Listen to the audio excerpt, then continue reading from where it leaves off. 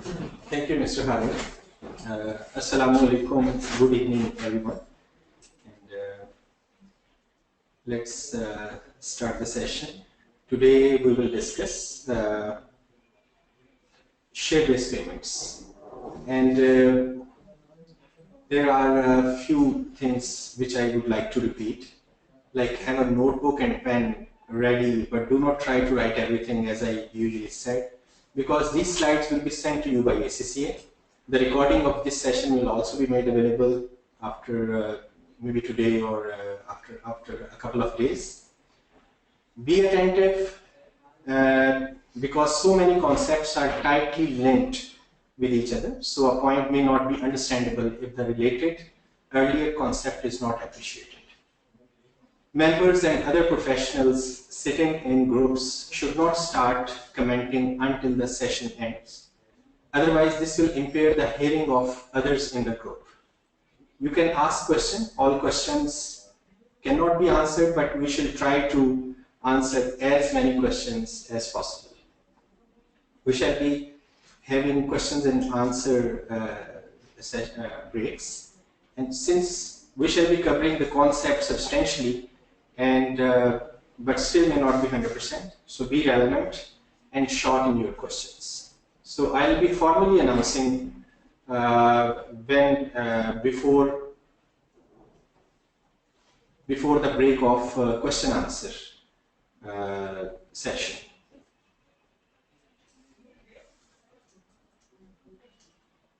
IFRS 2 share-based payments.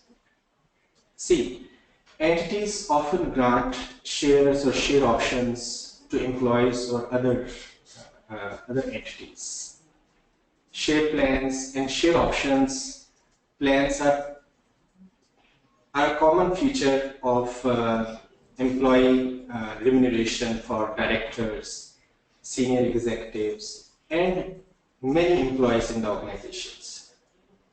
Some entities may issue shares to the or share options to the suppliers, such as suppliers of professional services. Until this IFRS was issued, there was no IFRS covering the recognition and measurement of these transactions. Concerns were raised about this gap in IFRS, given the increasing prevalence of the share-based payment transactions in many countries. So this was the basic reason behind the issuance of IFRS 2 share-based payment. See, further, share options are often granted at an exercise price that is equal or higher than the market price of the share at the date the option is granted. Consequently, what happened? That the intrinsic value of the option is zero, and so no transaction is recorded in the financial statements. So what happened? This leads to an anomaly. See, if a company pays cash, an expense is recognized in the profit or loss account. But if the company pays share options, no expense is recognized. So this is the anomaly. However, there are arguments against the recognition of the share-based payments, but those arguments were very well dealt by the IASB. The first argument against IFRS 2 was there is no cost, therefore there should be no charge.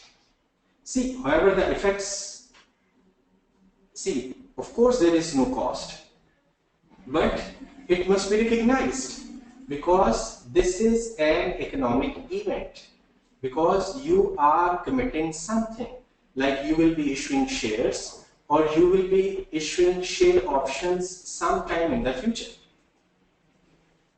Second was, a share-based payment affects EPS twice. The objection is that the charge for the employee services reduces the numerator, and at the same time, the increase in the number of shares increases the denominator. See, let me open the pen. See, numerator in EPS, what is the numerator? Basically, in the numerator, we have earnings. We have earnings in the numerator, and in the denominator, number of shares. Roughly, number of shares. See, when you recognize the employee services against those share options, so this means earning will reduce,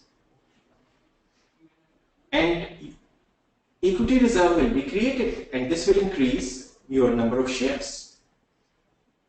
So this is true, but the fact is these effects are as a result of two different economic events. The numerator reduced because of consumption of resources received in exchange for the shares, for example, that is services of the employee. And the denominator is increased because of issue of share options. So this was the second. Then is third. A share-based payment has adverse economic consequences. Companies would be discouraged from introducing employee share plans if they had to recognize them in the financial statement. This argument is valid, but companies cannot be allowed not to account for share options when issued. This is because it would distort their reporting, therefore it should be accounted for. So these were few of the arguments against the share-based payment and their answer. Mean, no cost. And of course, if we just look at number one again, see, people work for cash remuneration. But if you have added share options within that package of the employee, so that employee is also thinking about receiving those share options as well. So one cannot say that there is no cost for the company. And similarly, second is true, but these are two different economic events, so that should be reflected in the financial statement. This is again valid, but this cannot prevent IASB from issuing a standard which is as per its basic framework. There are three types of share-based payments.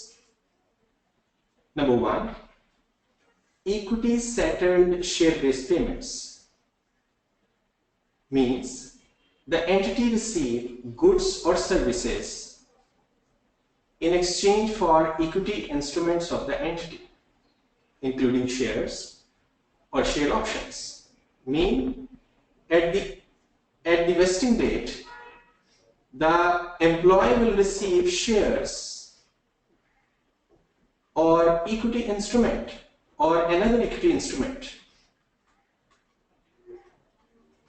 So this will be termed as equity settled share-based payment. Second, cash settled share-based payment transactions. In this, the entity receives goods or services in exchange for amounts of cash that are based on the price or value of the entity's shares or other equity instrument of the entity. This means the employee or the third party will receive cash, but the amount of cash will be based on the value of the equity instruments. Here in number one, employee or the third party or the supplier will receive equity instruments. So that's why this is termed as equity settled. Here in this case, because the employee or the supplier will receive cash, so that's why this is termed as cash settled share-based payment. But how much cash? That will depend on the value of the equity instruments. These are basically two types. The third one is derived from these two types. In fact, there are two types. One is cash settled and other is equity settled. Third one is transactions in which the entity receives or acquires goods or services, and either the entity or the supplier has a choice as to whether the entity settles the transaction in cash or other assets or by issuing equity instruments. So here, if you can see that here, this is only a choice. Why I separated it? Because accounting treatment, I'll be explaining accounting treatment for number 1 separately, accounting treatment for number 2 separately, and for number 3 we will be discussing accounting treatment separately. Otherwise you can see that this is not something third type. This is basically an option for the holder of the share option or the issuer of the share option to settle it either in the equity instruments of the company or in cash. There are certain transactions which are outside the scope of IFRS 2 share-based payment. Before I discuss this, I would like to highlight one thing from this slide. See, everywhere you can see that receive goods or services, receive goods or services, receive goods or services, receive goods or services, receives or acquires goods or services. So this point is important. If you are issuing equity instrument or you are paying cash based on the value of the equity instrument, but that is not against the supply of goods or services, that will not be a share-based payment and that will not be treated under IFRS 2. So this is one point. Other is transaction with employees and others in their capacity as a holder of equity instruments of the entity. For example, some of the employees may be shareholder of the company, and company may issue at some point in time rights shares. So they will be receiving those shares being a shareholder of that company. So that issuance will not fall under IFRS 2. Second is entity acquires goods as part of the net assets acquired in a business combination or joint venture. In a business combination, of course, you acquire the assets of your subsidiary or the other party. So that share-based transaction will not be treated under IFRS 2. That will be treated in accordance with IFRS 3 and IFRS 11. Then transaction within the scope of IAS 32 and IFRS 9. Those transactions will be outside the scope of this standard. For example, non-financial items that may be settled in cash. For example, you have entered into wheat futures agreement. As we know that futures contracts are normally settled net in cash. Commodities are not delivered or received as a result of futures contracts. They are normally settled net in cash. So this sort of agreements will fall under IFRS 9. More relevant example will be share futures. Under share futures, if these will be settled in net in cash, then these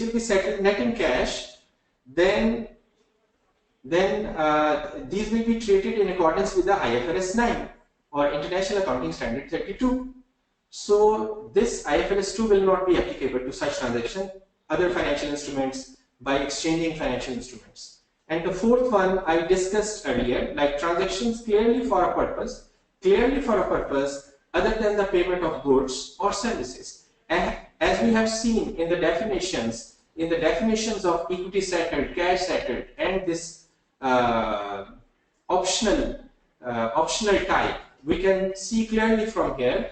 So these payments should be for goods or services. These payments should be for goods or services. These payments should be for goods or services. So it is separately mentioned here as well that transactions clearly for a purpose other than payment for goods or services. So let's start with important definitions. I have chosen those definitions, though there are many definitions in the standard, but I have chosen those definitions which are very important in understanding the core concept of this standard. Right at this point in time, if we have any question, I would request Mr. Haroon to just please convey me if we have any question, because we have covered a small portion which is important for the understanding of the rest of the standard.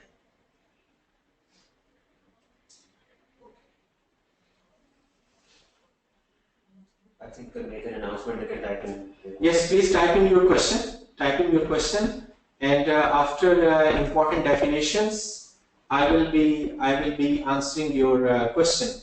But please make sure this should be related to the area which we have just covered. If we have not discussed anything or which we will be discussing in the standard, so please please wait for that. Important definitions: vesting conditions. The conditions that must be satisfied for the counterparty to become entitled to receive cash, other assets or equity instruments of the entity under a share-based payment arrangement. These are the conditions which must be satisfied. If these are not satisfied, then the employee or the other party will not receive equity instruments, other assets or cash. If it is cash assets share-based payment, this means the employee or the other party will be receiving cash or other assets. If it is equity settled share-based payment, then the employee or the other party will be receiving equity instruments of the entity. There is one question. Yes, please. Yes. Some of the basic question says, what is the advantage or advantages of getting or issuing payments in shares? What are the advantages of this? One most important advantage is that this will not involve immediate cash outflow. This is number one. Second is, this will promote long-termism instead of short-termism.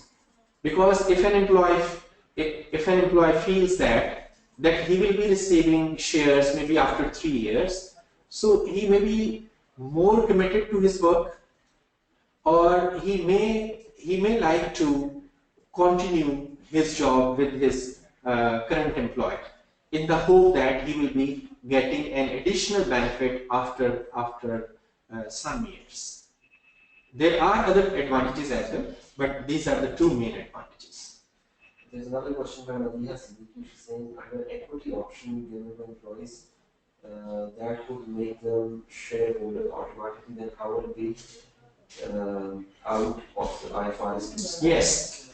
See, once they have become the shareholders of the company, subsequently any transaction in their capacity as a shareholder. See, if Mr. A, for example, if I write here, Mr. A is employee of ABC Limited. Employee of ABC Limited. ABC Limited. Mr. A may have 1,000 shares of ABC Limited. When ABC Limited will be issuing shares to Mr. A in his capacity as a shareholder, for example, rights issues or any like bonus shares, like any other types of shares which are being issued to Mr. A because he is a shareholder, and those are being issued to any other shareholder, so that this transaction will not be treated under IFRS 2. If Mr. A is being offered that he will be entitled to certain number of shares after 2 years or 3 years of his continued employment with ABC Limited, then this transaction will fall under IFRS 2, because this transaction here company will be receiving the services of that employee for the next 2 years as a result of this option. So this is not Mr. A will be receiving these shares not in the capacity of a shareholder. So when you will be receiving anything in the capacity of shareholders, that will fall outside the scope of IFRS 2. I hope this should be clear. There are a couple of questions. Yes, please. Yes, please. Madia says thank you. She's got an answer. Mohammed Zanur and Faja is asking how EPS gets affected twice. Yes, how EPS Gets affected twice. Twice. Okay. Mr. Faja, welcome. See, EPS is equal to, as I said earlier, earnings. And in a very simple manner, in the denominator there will be number of shares. See, when you will recognize a transaction like a share option, though we will be discussing it in length, so in very summarized form, see, when you pay cash to your employee, what is your entry? Of course, expense debit. Expense debit, like you have paid 1,000 salary to your employee, and credit cash. Credit cash 1,000. What happened here? When you offer share options to your employee, like after 3 years, if they complete 3 years of their service, they will be receiving like say 100 share options at the end of third year.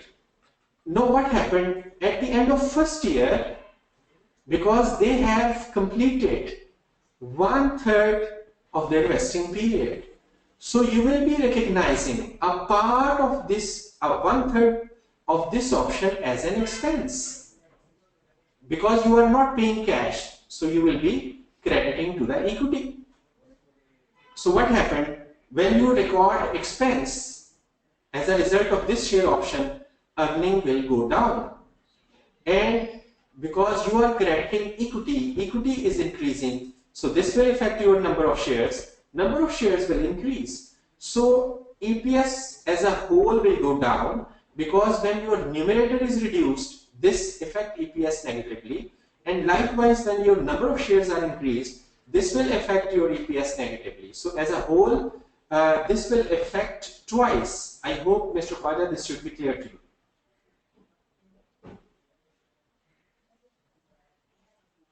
Mr. Khwaja, hopefully it should be clear. If it is not clear, I can explain it again. Anyway, this concept will come again when I'll be discussing the accounting treatment for the equity settled share-based payment. So that will be automatically repeated. Okay. Then is types of vesting conditions. See, there are two types of vesting conditions. One is, let me open the pen. Okay. One is non-market based vesting conditions. Non-market based vesting condition. And the other is market based vesting conditions. So this concept is important. This concept is important. See, what are the examples? Like employee completing a minimum period of service, also referred to as a service condition. Achievement of minimum sales or earnings targets. Achievement of a specific increase in profit or earnings per share. Successful completion of a flotation. Completion of a particular project. So these are the example of the non-market based vesting conditions. Market based vesting conditions examples are like a minimum increase in the share price of the entity, a minimum increase in the shareholder return, a specified target share price relative to an index of the market prices. See, all these factors related to the market. These market conditions, market-based vesting conditions are normally incorporated while determining the fair value of the share options.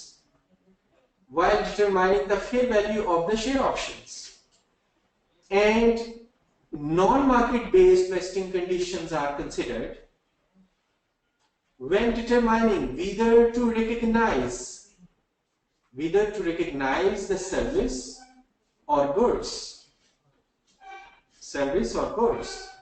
So non-market based vesting conditions will be considered. Though we will be considering this, but I'm just narrating, or I'm just stating something you may not be able to understand now, but because once I'll state at this point in time, when I'll be repeating that, inshallah you will be able to understand that. See, I'm saying when at the end of any particular year, you want to decide, do you need to recognize the services or goods against any share-based payment?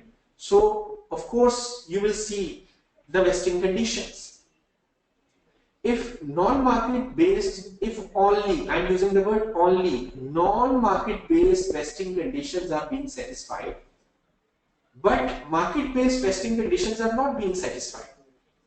Like, I can give you the example, like vesting conditions can be a combination of non-market based or market based. For example, you have a condition that an employee will have to complete 3 years of service. 3 years of service. This is one condition. Plus, share price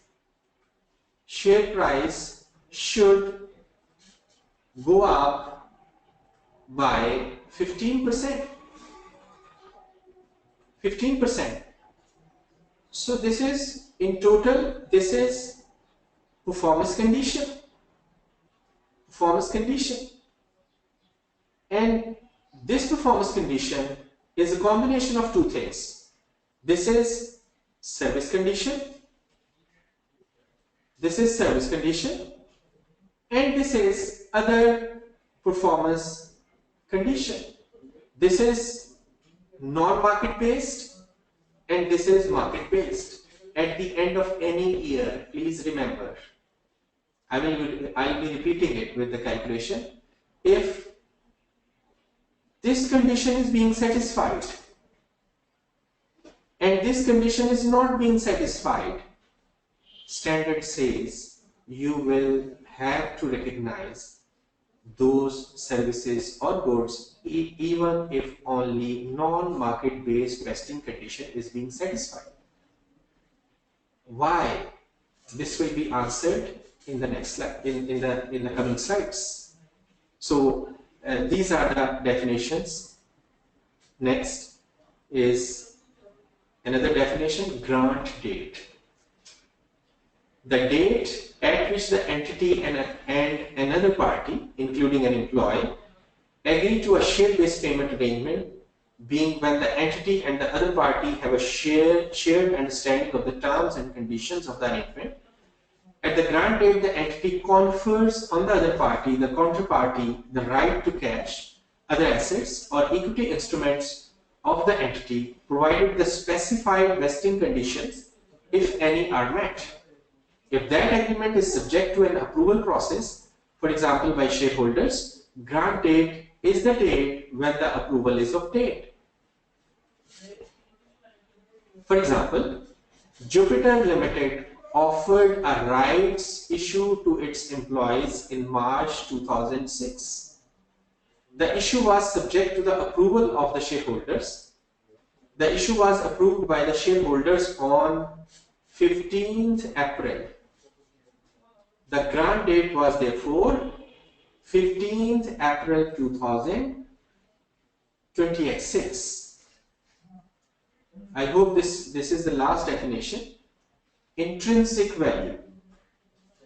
The difference between the fair value of the shares to which the counterparty has the conditional or unconditional right to subscribe, or which it has the right to receive, and the price, if any, the other party is or will be required to pay for those shares. For example, a share option with an exercise price of 15. So I think this example will explain you in a very simple manner. Exercise price of an option is $15, but the fair value or the market value of that share option is 20. So $5 is the intrinsic value. This is in fact the immediate gain. This is in fact the immediate gain which you can make by exercising an option. So here in this example, this will be $5 because the exercise price of the share option is $15 and the fair value of that share. If you exercise this option, you can get that share for $15 and you can sell that share immediately in the market on its market price. So you will be making this immediate gain. So this is termed as intrinsic value. This definition is also important. Okay, so these were the definitions. We have seen definitions of vesting conditions, then two types of vesting conditions, grant date, and then we saw intrinsic value definition. These definitions are important. So I hope these are clear. So let's move to our first area, equity settled share-based payments. Equity settled share-based payments. So what is the accounting treatment for equity settled share-based payment? See, on initial recognition, see, this is the initial recognition. Please note, this is initial recognition.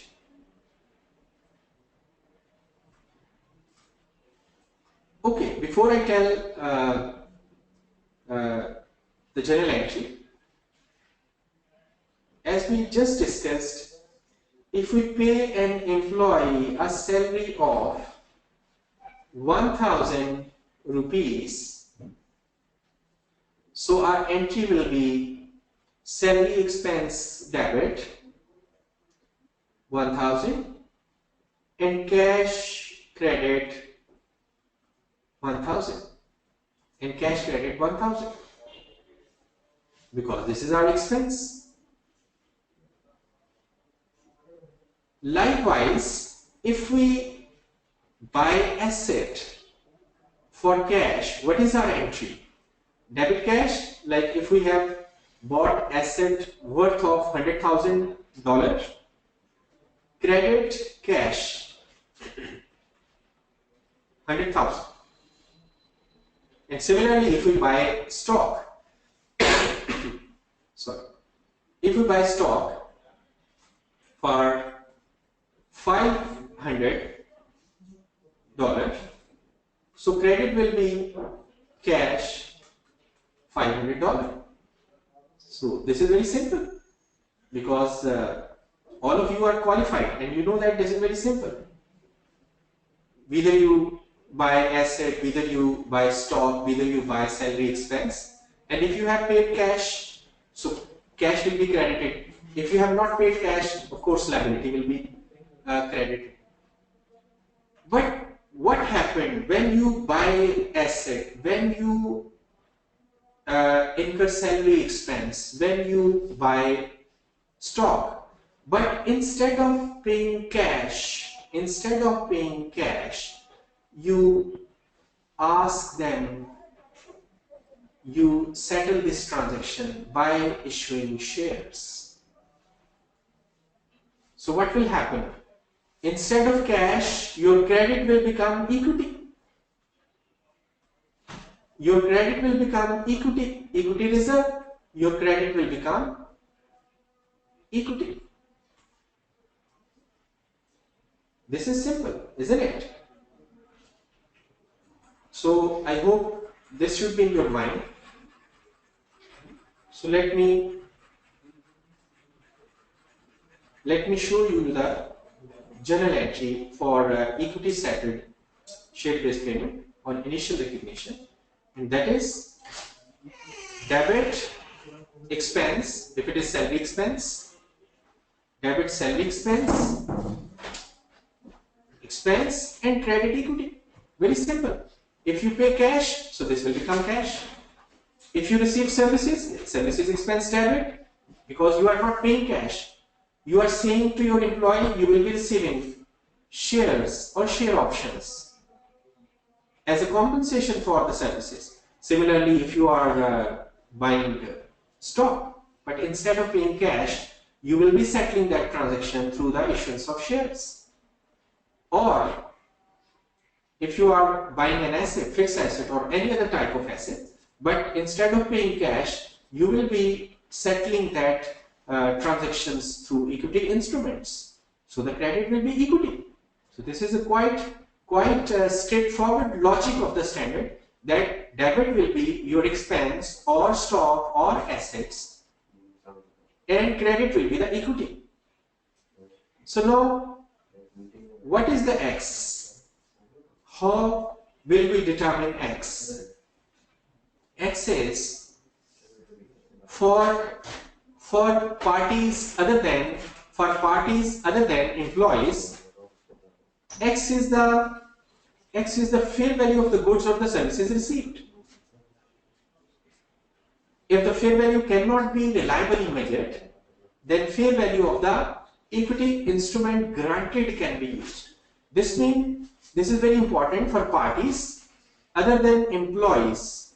Your X will be fair value of the goods or the services received. But in rare cases, or in any situation where it is not possible for you to calculate or to know about the fair value of the goods or the services received, then you can use the fair value of the equity instrument granted. But in case of employees, this is reverse. X will be the fair value of the equity instrument granted. X will be the fair value of the equity instrument granted. Because it is not possible to a greater extent to know the fair value of the services which you will receive from your employees. So that's why standard make it straightforward that for employees simply recognize that expense based on the fair value of the equity instrument granted. And what will be the date of measurement? For employees, it will be the grant date. When you have granted, and we have just seen the definition of the grant date, and you have the slides with you. If you want to go back and want to see this definition again, you can. So grant date, and for parties other than employees, this will be the date when goods or services goods are received or the counterparty renders services. Do we have any question? Because I can expect that we should have few questions at this point in time. Yes, please. So, I just go one by one. Yes. First one is from Rashid Hanif. He's saying in the same example of Mr. A, if shares will be issued to Mr. A in his capacity of shareholder, then this will fall under which IFRS? This will not fall under IFRS 2. This is issuance of equity instrument, and you can treat it under IFRS 9. The second question is from Umar Hafiz Bhatt. He's asking, but expense would be charged anyways, whether it was share-based or not, as entity would have to pay its employees or suppliers. You're right. You're right. But before this was not happening, what was the case? They were not recognizing. They were not recognizing share options, and they were not recognizing share-based payment until those were issued. They were recognizing at the point of issuance. Before that, they were not recognizing those transactions. Okay, the next question is from Ramana John. He's saying, can you please explain completion of flotation? Completion of flotation. For example, your company intends to list itself on a stock market. So this listing is termed as flotation. If you have given target to your finance department or to your finance director that once the company is floated on the stock market, once it is successfully floated on the stock market or listed on the stock market, he will be receiving as a compensation for these services. He will be receiving share options or shares against these services. Okay, the next question is from Mohammed Awais. I'll request that if you could please write a complete question. It becomes a little difficult to understand the question. The question is, why do we book expenses in the first year as vesting condition is 3 years for employees? What if the employee leaves before 3 years? Yes, that will be reversed. That will be reversed. And we do not recognize the whole expense. We only, if share option is for 3 years, we will be recognizing only 1/3 of the total expense. But if that person leaves in second year, so the expense we recognize in the first year will be reversed. Yes, please. The next question is Rahul John again. He's saying, market-based and non-market-based conditions shall be met in order to recognize? No. In order to recognize, only non-market-based vesting conditions must be met. If market-based vesting condition is not being met, then that will not affect the recognition. Okay. Qasim Iqbal is asking a question. He's saying, sir, please repeat intrinsic value one more time.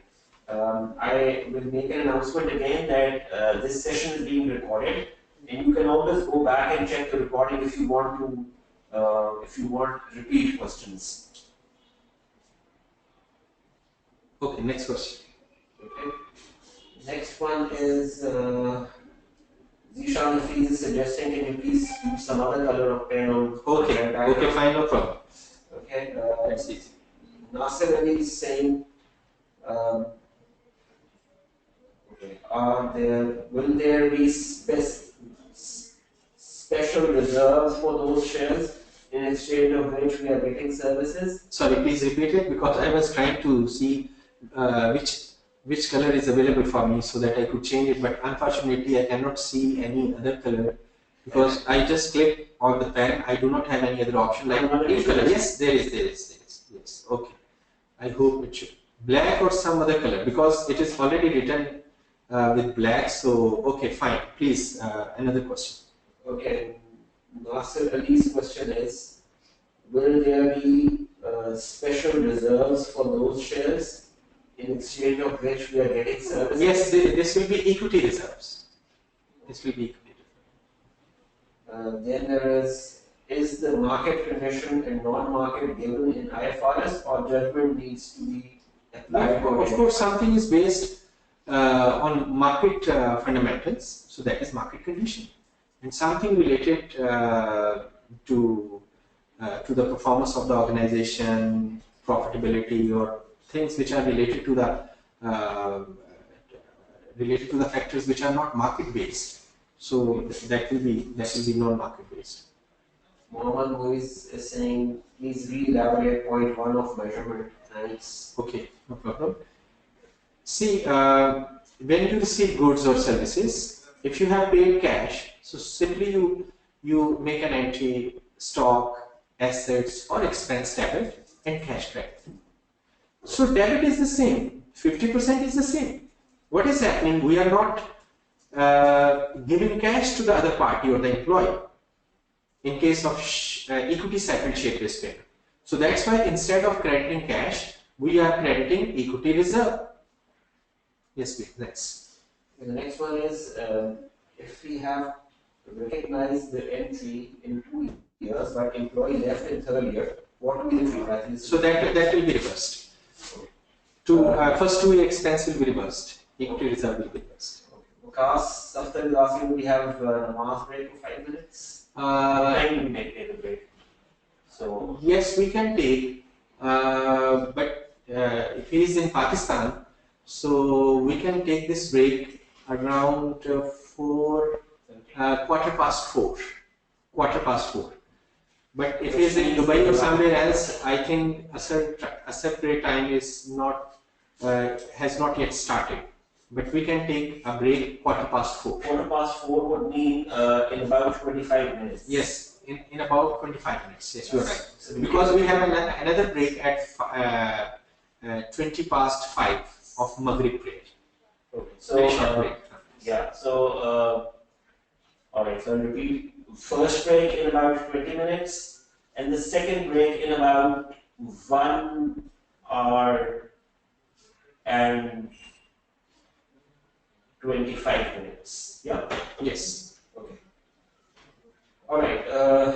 Something Muhammad is saying is the credit side. The credit side will be equity or shares will be issued. This will be termed as normally equity reserve. Equity reserve. Okay. Next.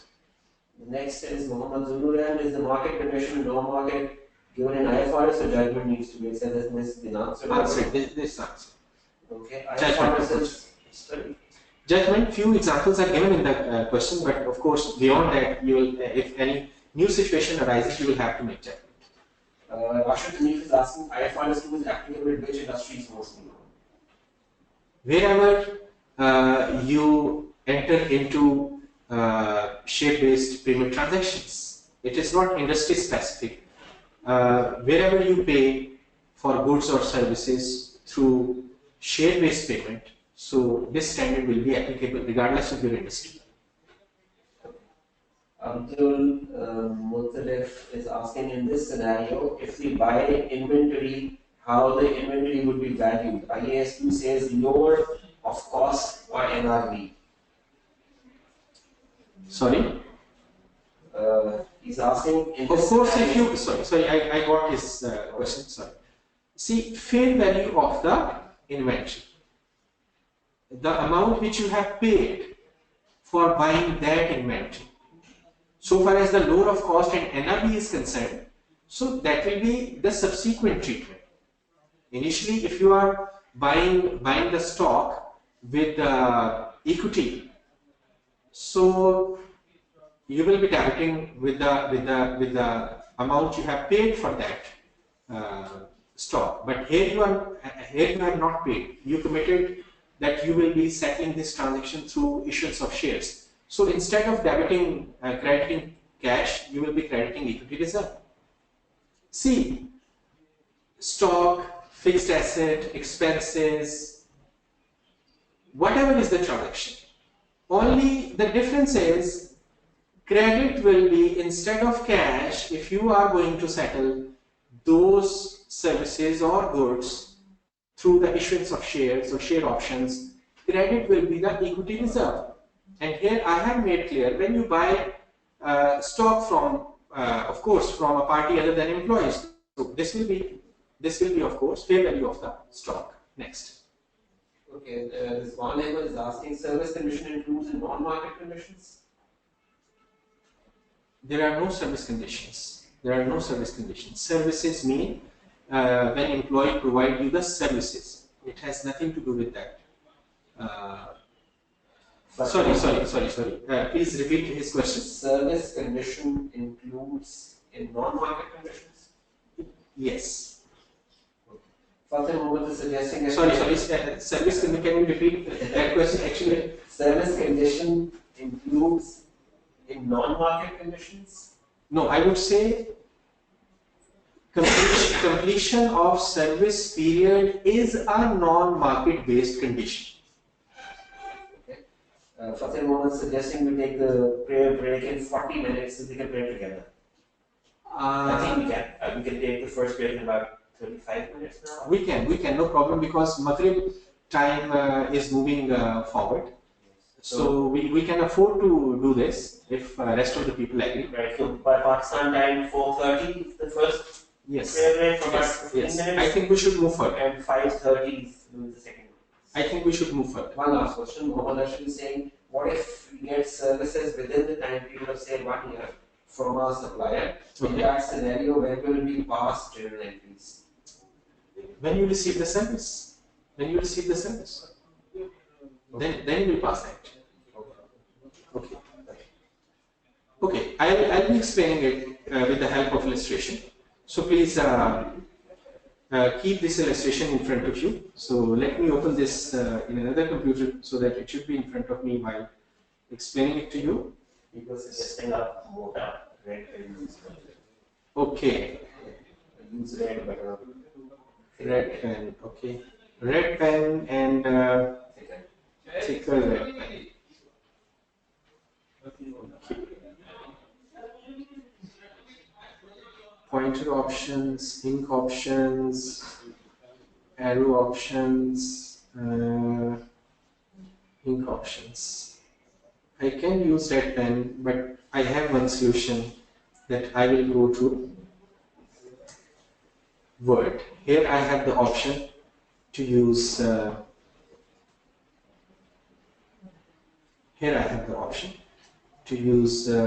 thicker red pen. Okay. Here I need some space. Okay. So this will be easy for us. Okay, illustration. Come back to the illustration so that we could read it. Illustration. On 1st January 2011, on 1st January, these dates are important. Please, your pen and notebook should be ready. So, by doing some calculation, so this will help you in absorbing this concept while we go. On 1st January 2011, an entity grants 200 share options to each of its 800 employees. Each grant is conditional upon the employee working for the entity until 31st December 2013. This means 2011, 2012 and 2013. 3 years service condition. 3 years service condition. 3 years service condition. 3 years service condition. The fair value of each share option is ₹20. No, this is the share option. No, this is the share option.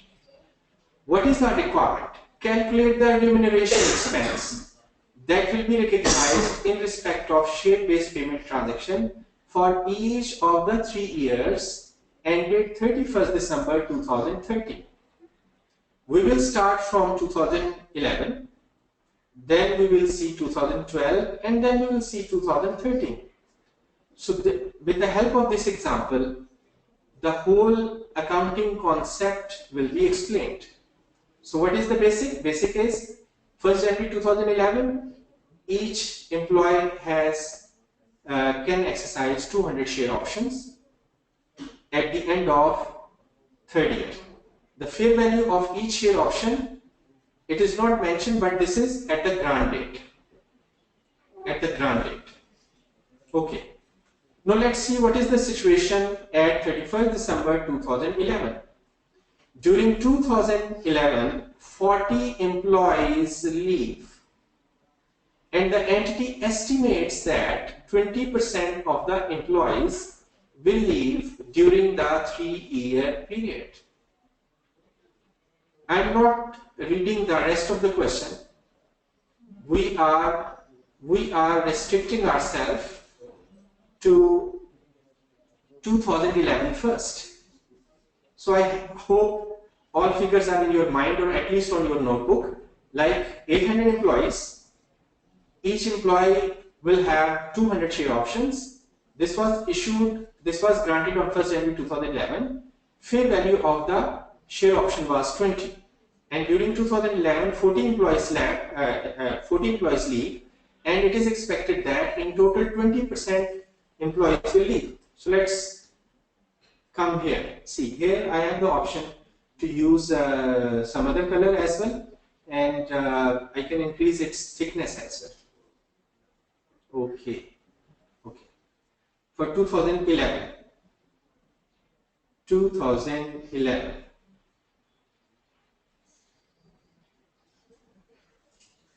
we can increase its size as well, so we can see it in a better way. 2011.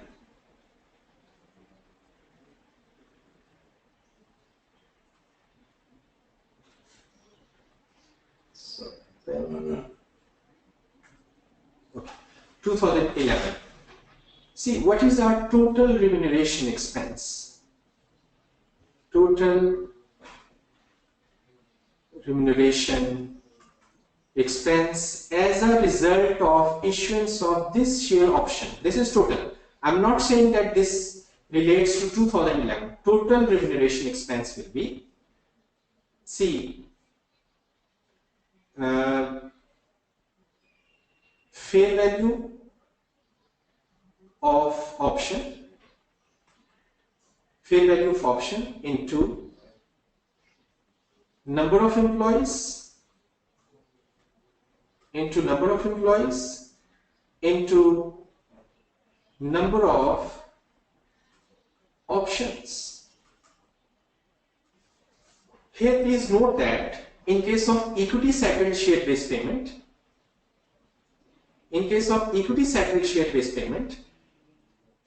this is fixed. This cannot be changed over the vesting period. This will be fixed.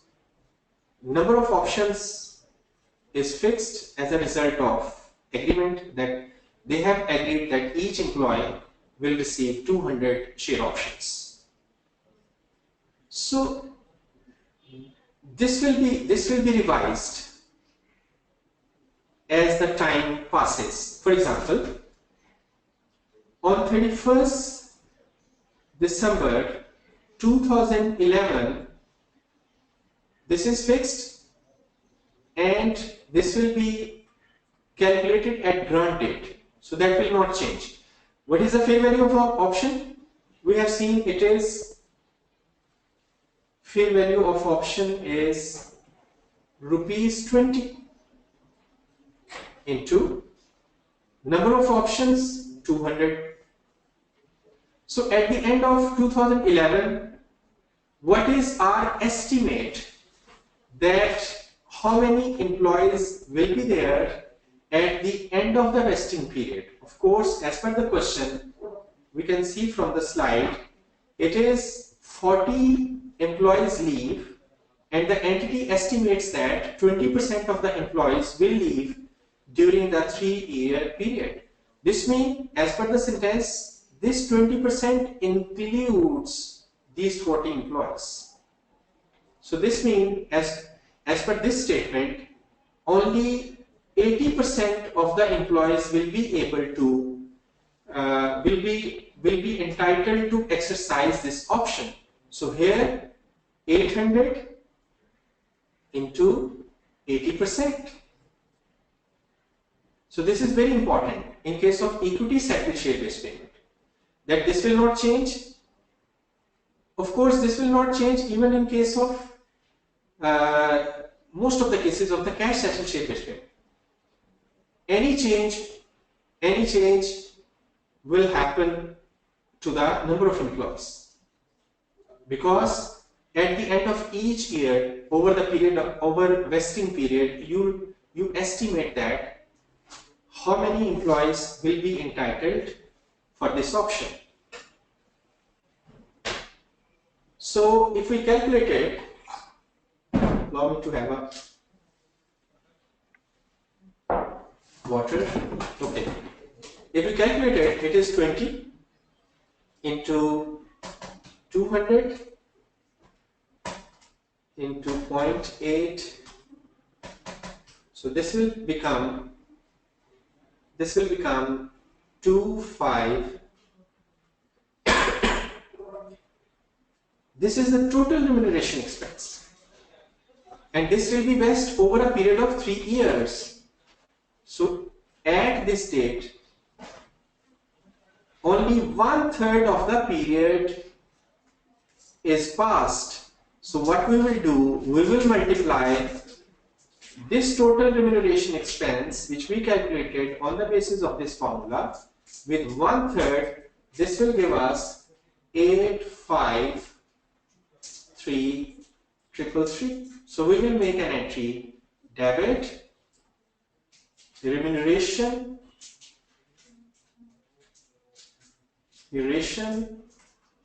expense 853,333, credit equity reserve 853,333. Mr. Harun, can you help me to see if we have any question, because I have completed calculation for the first year. Yes, please. Okay. The first one is from Rizwan Ahmed. He's saying if market conditions are not met at exercise date in case of equity settled, shares reverse will remain in equity? Shares Yes. reserve will remain in equity? Yes. And Ram Samad is asking, in illustration 1, why fair value will remain fixed? Why not it can be changed? Fair value of the option. This is required by the standard for equity settled share-based payment. Rashid Hanif is asking, please explain number of employees leave and estimated employees. No, I think question is in front of you. Please see, it is very clearly written that during 2011, 40 employees leave, and the entity estimates that 20% of the employees will leave during the three. I mean, they have estimated at the end of 2011 that in total, like 20% will leave over a period of 3 years. Okay. Okay, Zishan Hafiz asks to include estimation also. Estimation of employee leaving can be subjective. Yes, can be subjective. Nasir is saying why do we not take the effect of 40 employees left already in 2011? Why? What's the question? Why are we not taking the effect of 40 employees who left already in 2011? I just explained. If you just read through the question clearly, it says that 20% includes the effect of those employees, because they have revised their estimate that how many employees will be there. So 20% in total will leave. So this 20% includes 40 employees. Ali Khan is asking. Too many questions coming in. Ali Khan is asking, is there no requirement to do any entry at the start of the period / grant date? No. Okay, next is Reena Mary asking, hi, for the administration for 2011, it is mentioned that 40 employees left. Has this not affected the calculation for the remuneration 2011? I answered this question. I hope this should be clear. Because this 20%, what's the name of this lady? Mary. Mary, this 20% include 40 employees. See, it is written during 2011, 40 employees leave. And the entity estimates that 20% of the employees will leave during the 3-year period. So this means this 40 is included in this 20%. Tayyaba Samir is asking similar question, saying, is there no recognition on the 1st January 2011, that is the grant date? There is no recognition. Usman Ahmed sorry, Usman Muhammad, Ashraf Muhammad, I think they're attending the session together. They're saying the equity settled journal entry, how can it be posted on preparing monthly accounts? Simple, you will be, yes. Then what you can do, here we are doing on a year basis, you can do it on a month basis. So here we have taken 1/3 of the total vesting period. You can take the proportion accordingly. I suggest all participants that you should register for the webinar separately. If you register, for example, in this case, I understand that Usman Muhammad and Ashraf Muhammad are two separate people attending the webinar together. The certificate will only be issued in one person's name. The other person will not be available on our records for a certificate. So I appreciate if all of you can register separately and attend separately rather than attending in groups. Okay. I think we should. Yes. We'll have 5 more minutes for questions. Yes. Okay. Okay. Abdul Mutalif is saying, thanks a lot, sir. Question is, can entity calculate the actual employees left or actual employees on board rather than on estimation? Please advise what does it stipulate? Is it on the actual or estimation? See, about future, you can only estimate. See, entity is required to calculate the number of employees who will be entitled to this share option at the end of third year. At the end of first year, entity can only estimate. They cannot have actual number of employees. Okay, the next one is from Rashid. He is asking if 20% will leave over a period of 3 years, then we are doing like 1/3 with employees as well. See, here I have calculated the total remuneration expense, which will be incurred over a period of 3 years. So for first year, I took 1/3 of this total remuneration expense so that I could recognize in my financial statement of 2011.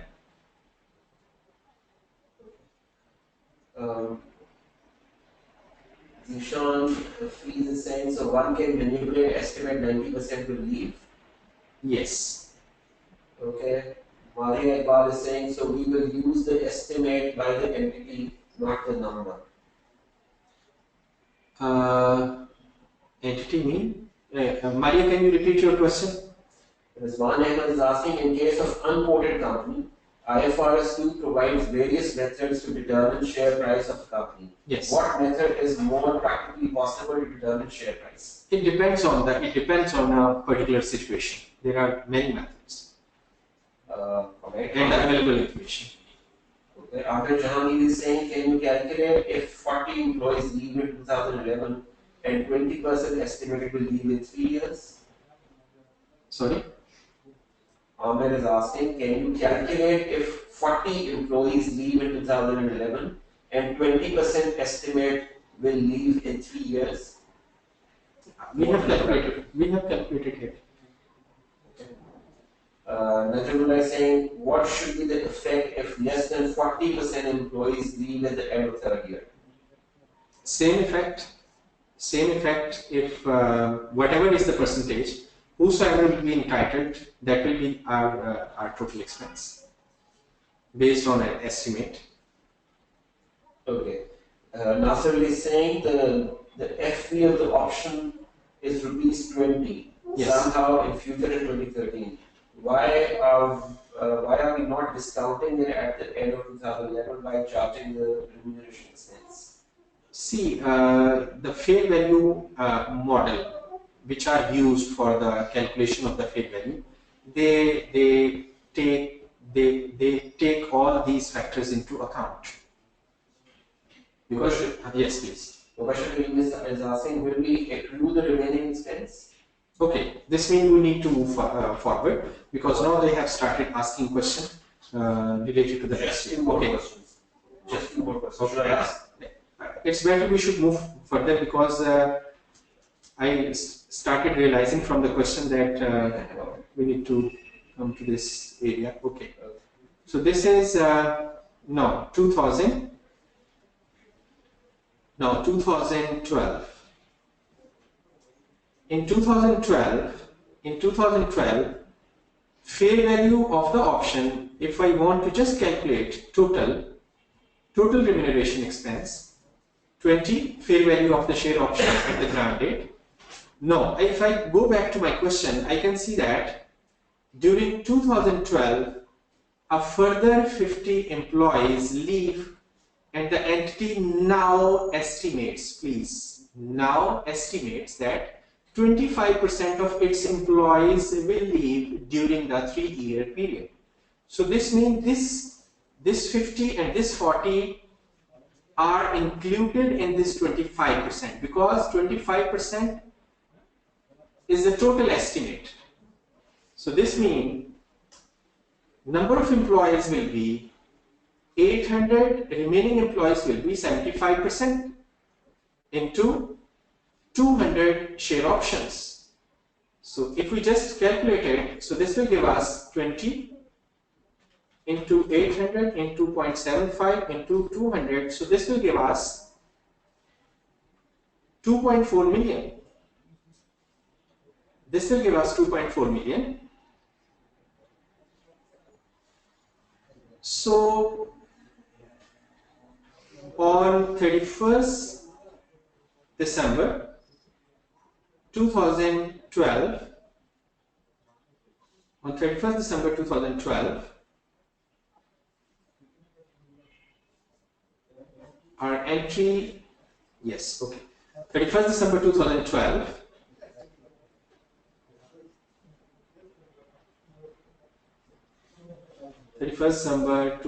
yes.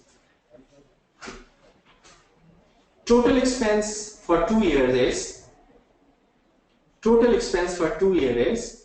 this is total expense. For 2 years it will be, because this is for 1 year and this is for 2 years, minus the expense which we have already recognized. The expense which we have already recognized was, it was 85,333.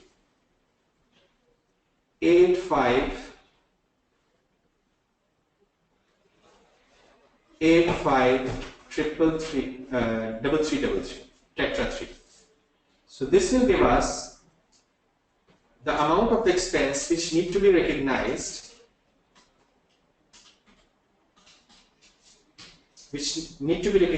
during, at the end of 2nd year. So this is 74667.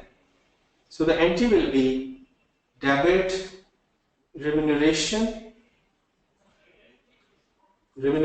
expense debit, or salary expense debit, whatever name you want to choose. That will be 746667, credit equity reserve 746667. This will go to the equity reserve. So this is the 2nd year entry. Now comes to the 3rd year, 2013. And if we go back to our question, we can see that in 2013, during 2013, a further 20 employees leave. So here we do not need any estimation, because this is the end of the vesting period. So here we have the actual situation. So we will adjust our figures in accordance with the actual number of employees who are entitled to receive the share options. For example, here in 1st year 40 left, 2nd year 50 left, and in 3rd year 20 left. If we just add these 3 figures, this will come to 110. This means 790 employees were entitled to receive share options. So let's go back to our calculation.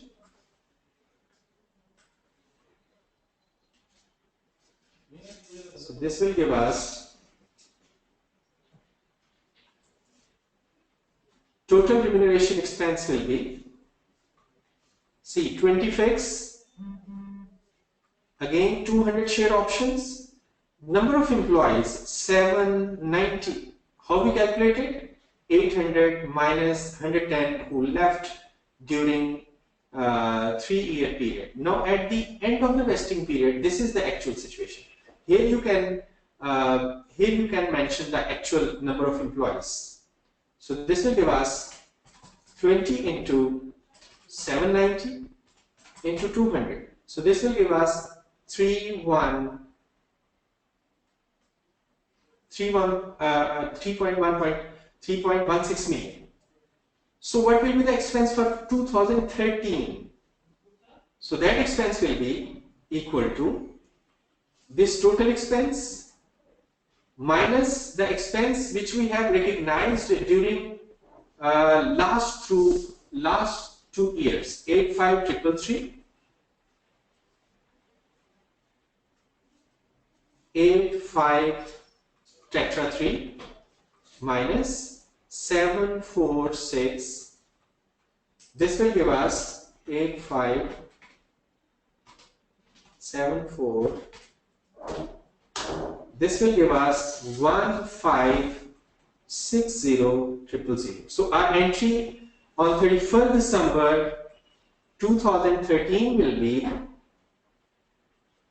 debit remuneration expense, debit remuneration expense 1560000, and credit equity reserve 1560000. Let me check the calculation. In second year, our calculation was 2.4, and in 2.4, fine, 600 employees, because number of employees was reducing drastically, and in 800.8, so this was 640. So here it is 790. Sorry, I think here is a small correction. 800 minus 110 comes to 690. So here it should be 690. It should be 690. This is correct. 800 minus 110. So this means this figure will change. This figure will change. So this will give us 20 into 690 into 200. So this will give us 2760 000, 2760 000 minus 853 minus 276 minus 853 minus 74 tetra 6. So this gives us 1160 000. So this, for third year, this will be the expense. So there was a mistake in the calculation of number of employees. I hope if you people are calculating with me, you might have rectified this. So this is the entry for the third year. Before going to the break, I would request Mr. Harun just to have a question answer break. Okay.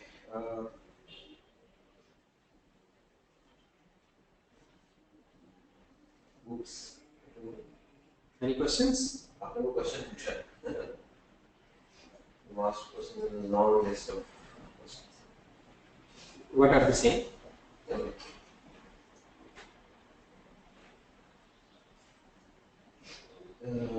Figure out. Second.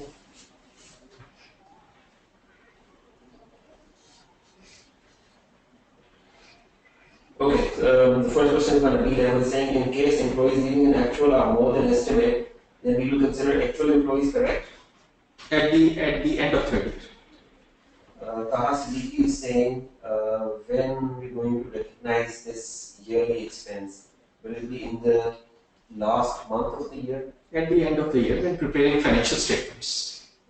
After this, there's a long. But if you are preparing monthly financial statement or quarterly or half yearly, you can proportionate it accordingly. Yes. Okay. Rizwan Ahmed is asking, could you please provide an illustration for goods services received through shares exchange? How this transaction will differ from IAS 32? How this transaction will differ from IAS 32. See, these goods are being received. IAS 32 covers financial instruments, and on both sides of the transaction there should be a financial instrument. Here you are issuing equity instrument, but on the other side there are goods. There are goods because it does not fulfill the definition of goods. Does not fulfill the definition of financial instruments. Yes. Okay, Ramesh is asking, can you please calculate if question is changed like 40 employees left in 2011 and entity estimates 20% leave in the coming 2 years? Okay, additional 20%. Additional 20%. Who is this gentleman, Mr. Ahmed? Ahmed, you mean if? I think what he means is that 40 employees left in the first year. Okay. The second and the third year, about 20% more employees have to leave. 20% of the total. Okay. If I assume that 20% of the total mean 160 employees in addition to 40s will leave. So this will make it 200. So this will, the calculation is very simple. 20 into 800 minus 200 and 200. So this will give you the total remuneration. For first year, you will apply 1/3 like this. Okay, next. Okay, the next one is by Nasser. He's saying if we see there's a huge difference between remuneration expense charge in the final year and the past 2 years, doesn't it show that our estimates are not correct enough? Yes. And our financial statement in the past 2 years are not showing the true situation. That should be prevail in the end of vesting period. Yes, this shows that your estimates are not correct. Of course, estimation should be done with care.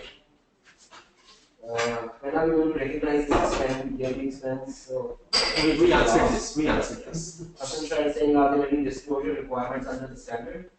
Yes, of course there are. There are. Ali Harris is saying, instead of writing with pen and normal essentially is more reliable and easy to understand.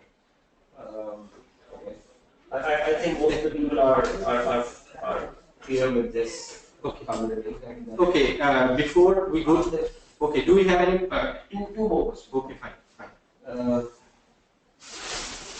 Mohammed Delhi is saying a note is written in the last of illustration question fair value 20 and exercise price 12. How will you be calculated? At the end of this question, because I will be using this question again to explain another concept. So that's why I wrote this note over here. So this is given in the question. I mean, it is not calculated. This is given in the question, and this is the face value of the shares, and this is the exercise price of the option. This is decided by the entity anyway, and this is the face value, like nominal value of the share. So this is included in the question. So it is not calculated separately. Two more questions that will just come in. Yes.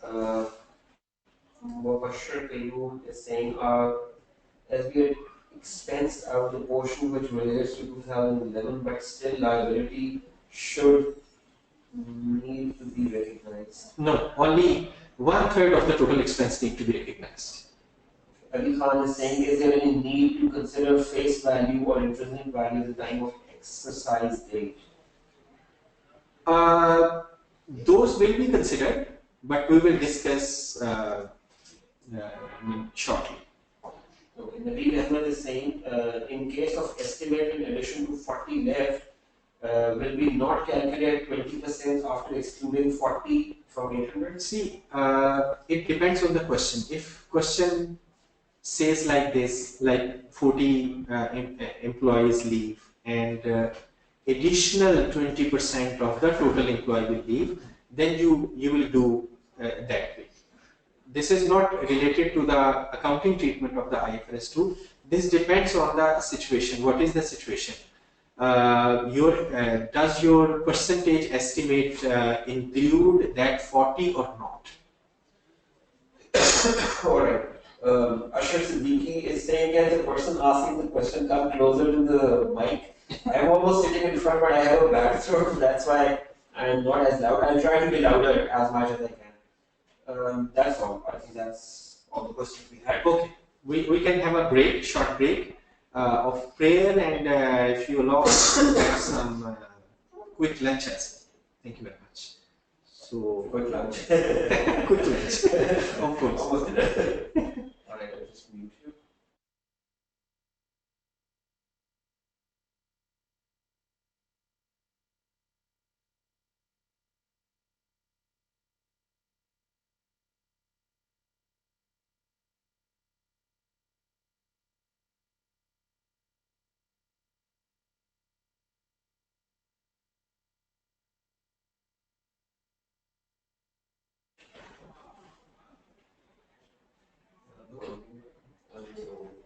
Welcome back. I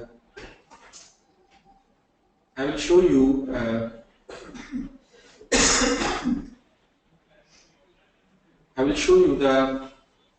how the figures in the accounts will appear. This was our question.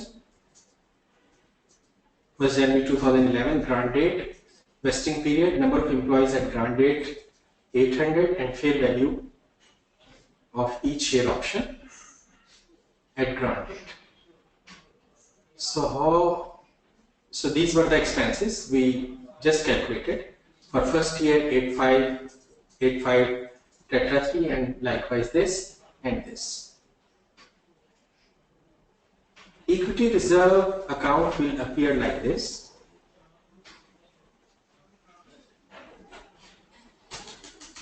We move it to next page in order to get a better view.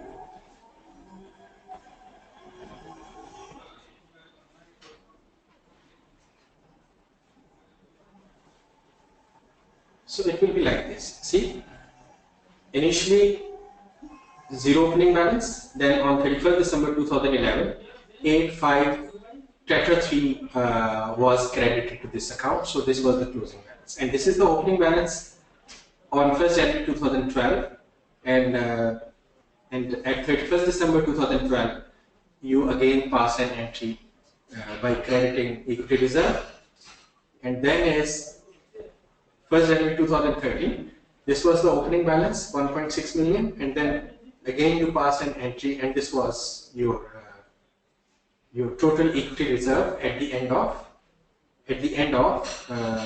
third year. So this is the account of the equity reserve. Okay. So now go back to our presentation. Vesting period. If vesting period is variable, so then what need to be done? Like then an entity needs to estimate at the grant date the expected vesting period. In last illustration, the vesting period was 3 years. But there could be situations where vesting period is variable depending on certain conditions, over which the charge should be spread on the assumption that the services will be rendered by the employees over this vesting period in exchange for the equity instruments. If the vesting period turns out to be shorter than estimated, the charge will be accelerated in the period in which the entity must fulfill its obligation by delivering shares or cash to employees or supplier.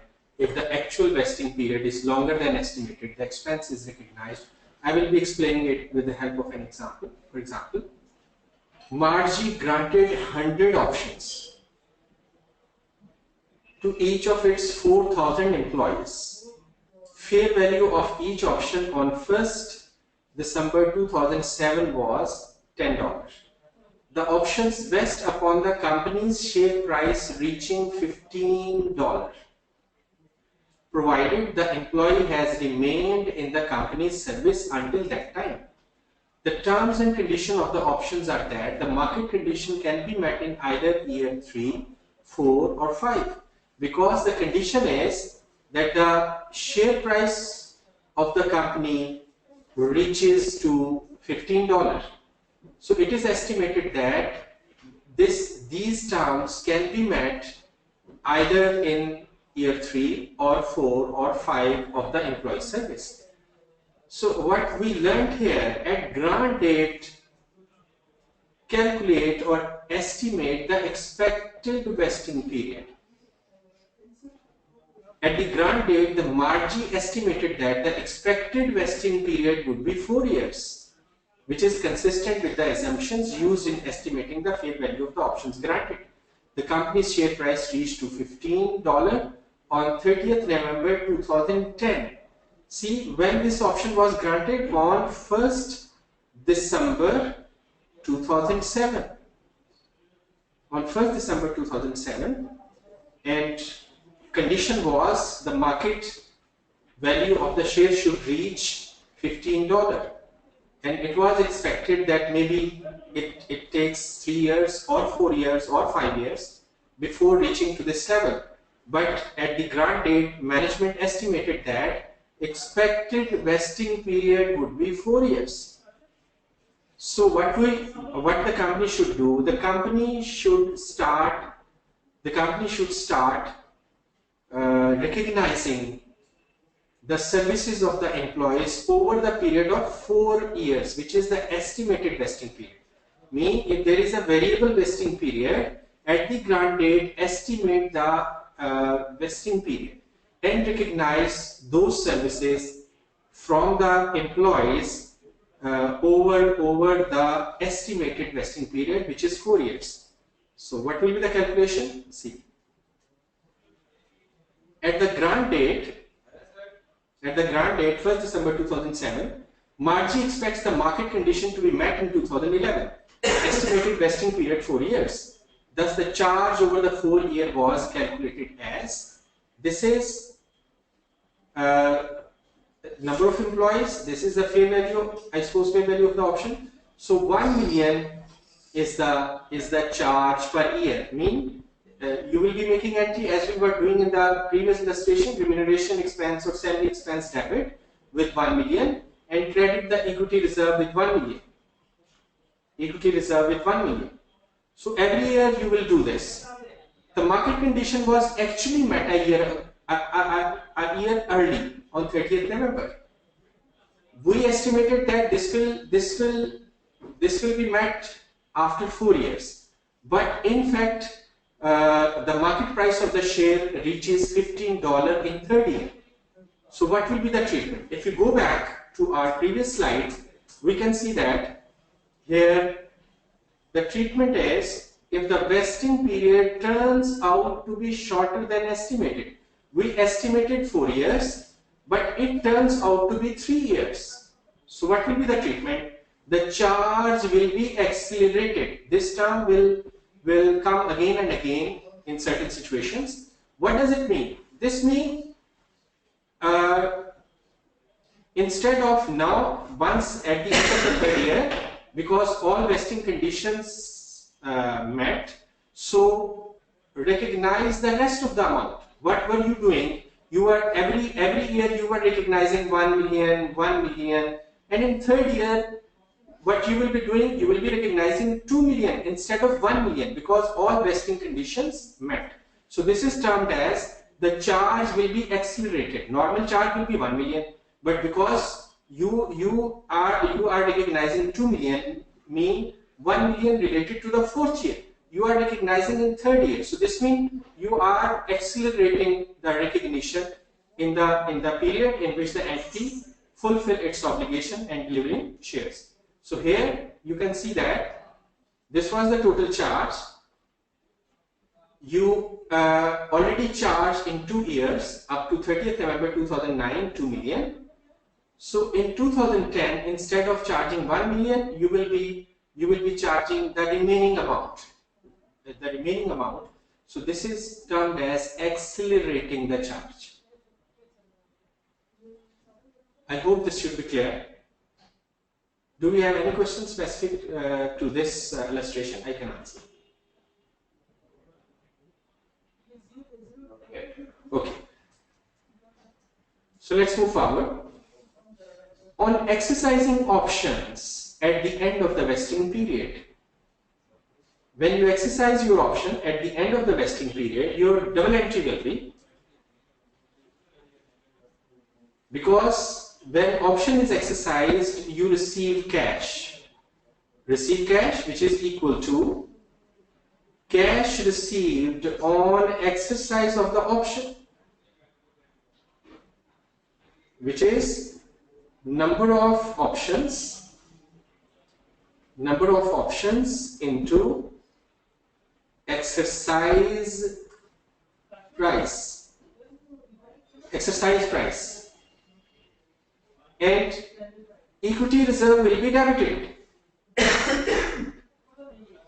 and share capital will be credited with number of shares actually issued into the face value.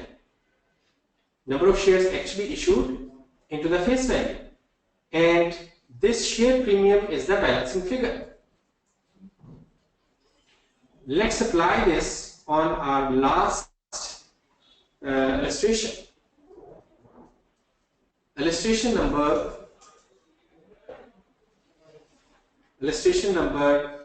1, I suppose. See how will we apply? See, this is the, let me select the pen. This is the equity reserve.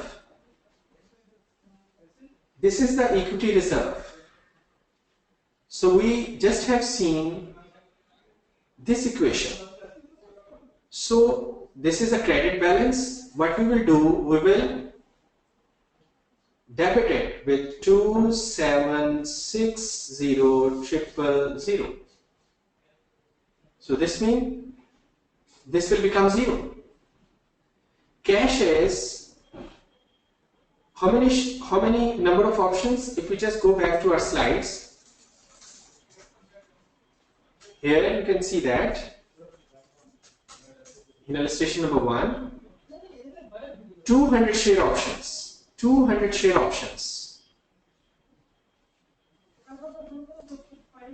So 200 share options.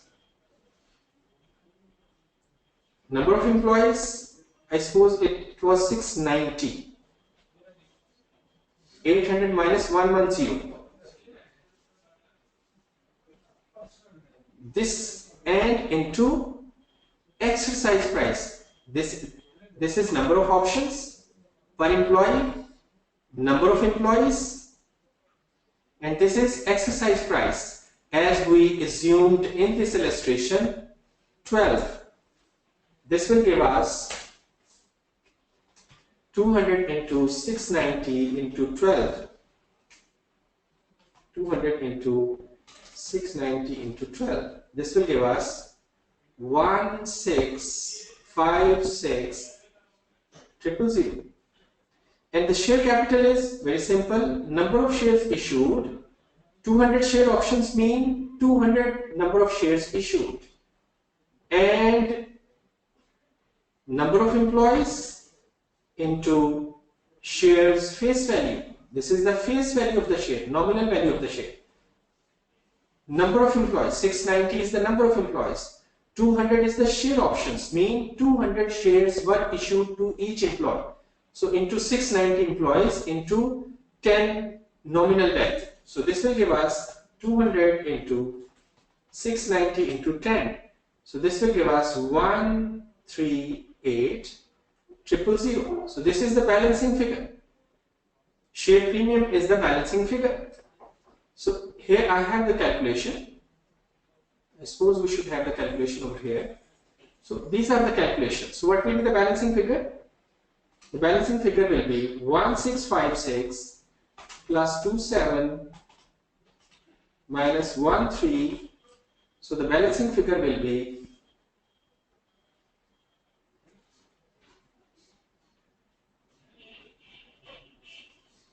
303600. So this is the entry when the equity settled share-based payment is settled.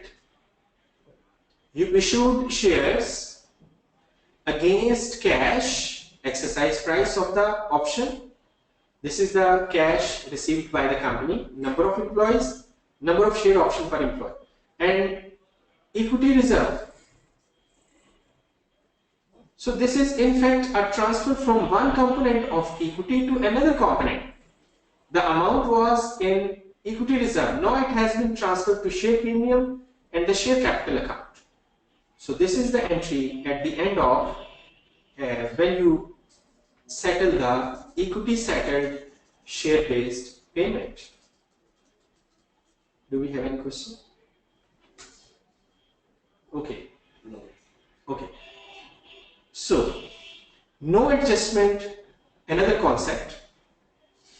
See, if you have recognized vesting period is over and there is an equity reserve related to the share options, now you will not be making any adjustment whatsoever, even if employees leave, whatever is the case. Once vesting period is over, whatever you have recognized in the equity reserve, that will remain there. If it is settled, fine, this will become zero. If it is not settled, this will remain there. What maximum you can do, you can transfer it to another equity component.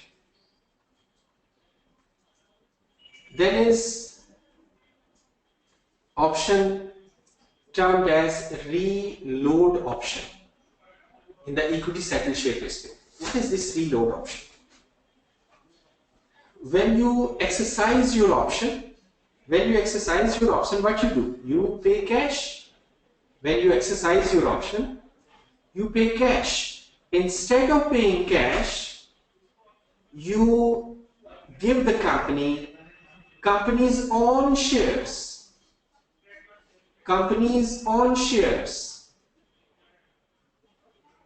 A new share option granted when a share is used to satisfy the exercise price of a previous share option. So what is the accounting treatment of the reload option? Simply, this will be accounted for as a new option grant if and when a reload option is subsequently granted. So this is the reload option treatment. Cash settled. In cash settled, the amount will not be paid by issuing shares and the amount will be paid by the transfer of cash or other assets. So far we have covered equity settled share based payment. We can take questions. If you have any questions, please start writing them now so that I could answer if any question relates to the equity settled share based payment. Plus, okay, after question answer session, I will be asking you another question. I'll write it here. Yes, Mr. Harun. Yes, we started to see the questions. Ahmed Atta is asking, what is the treatment if actual vesting period extends from estimated vesting period? Then that will be recognized over vesting period. Mohammed Mansoor is asking, suggesting that we should take the questions in game. Ali Khan is saying, please explain reload option again. Okay, what is reload option? If you have an option, share option, and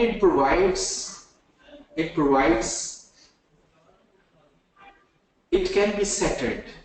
If normally you settle share option by paying cash, like in case of illustration 1, you are paying rupees 12 as cash, But in case of in case of reload option, you might be able to pay shares by using shares. Instead of paying 12 rupees, you pay shares equivalent to the value of 12 rupees. If any option has this type of feature, so that option will be termed as reload option, a new share option granted when a share is used to satisfy the exercise price. Instead of paying rupees 12, you pay shares of this company worth of 12 rupees instead of 12 rupees. So this is reload option. So this reload option will be treated as new option grant if and when a reload option is subsequently granted. I hope it should be clear. Okay. Alright, the next question is the reload option, does the reload option requires require to issue new shares or give current shares? Current shares. Employees will be giving the shares, so of course he will be buying it from the market. Mohammed Ubaidullah Bashir is saying, does the reload option extend vesting period? At the end of the vesting period. Hamza Shahzad is saying, I didn't get the compound entry in the previous example. Compound entry. Okay. If you go back to the compound entry, see, this is the entry. Hamza, see, when your employees will exercise the option, they will be paying you rupees 12 per share option. How many options are there? I suppose we have just calculated here. Yes, 200 options per employees were there. How many employees? 690. So company will be receiving 12 rupees per option. There are 200 options per employee and there are 690 employees. So this is the cash which will be received by the company. Because they are exercising this option, so this equity reserve will be converted into share capital and share premium.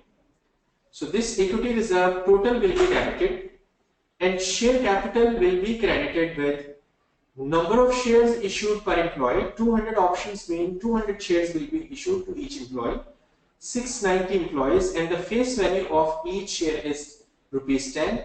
So share capital will be credited with this amount. So this is the balancing figure which will be credited to the share premium. I hope it should be clear.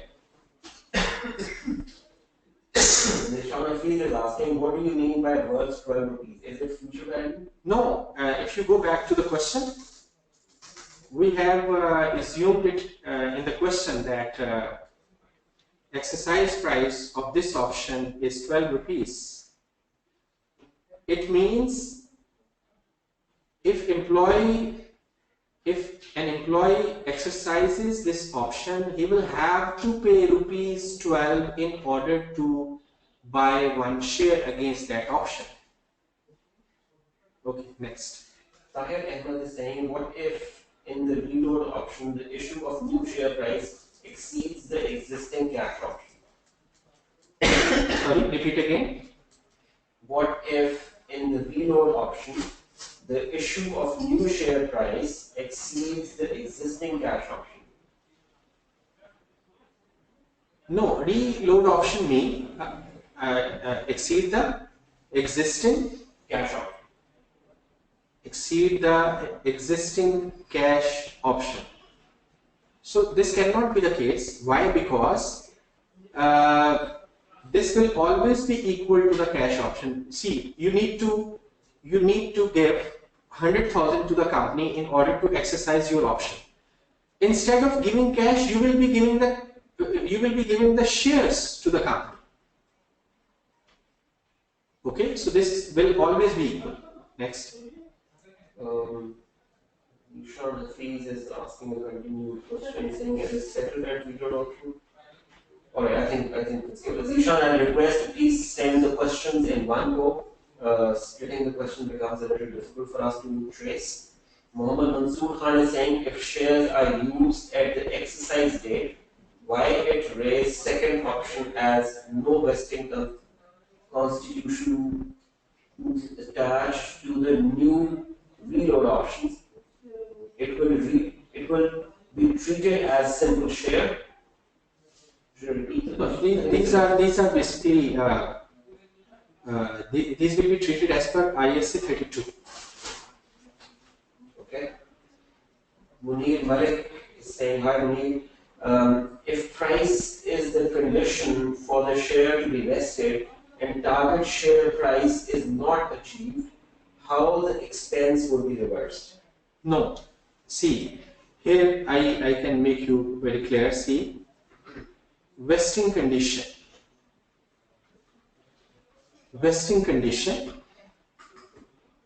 involves share price. So this will be reversed if vesting condition is not satisfied. If vesting condition is not satisfied, so this will be reversed. Equity reserve will be reversed.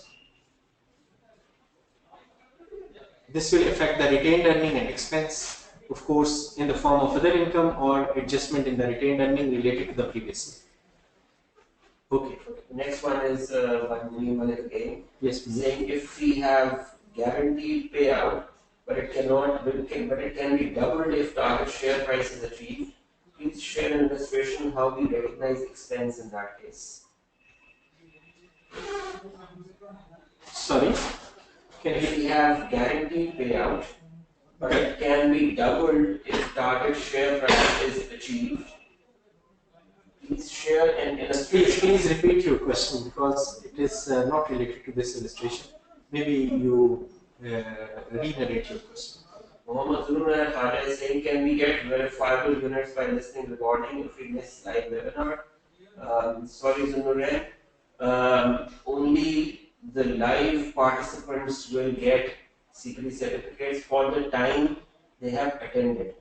So if the session, let's suppose, is for 3 hours or 4 hours, and a participant attends it for 2.5 hours, they get the secret certificate for 2.5 hours. Those who listen to the recording will be able to claim non-verifiable units, but they will not be issued any certificates for viewing the recording. Mohammed Adil Qureshi is saying, in the last example, the total value of share premium should be rupees 2 per share, multiplied by the number of shares issued. No, this will be the balancing. He's saying, I am unable to understand why is it different. Please explain the logic. No, this is not a simple issue of share like you are issuing shares for cash, for example. You are saying, in fact, for example, you are issuing 10,000 shares. Fine.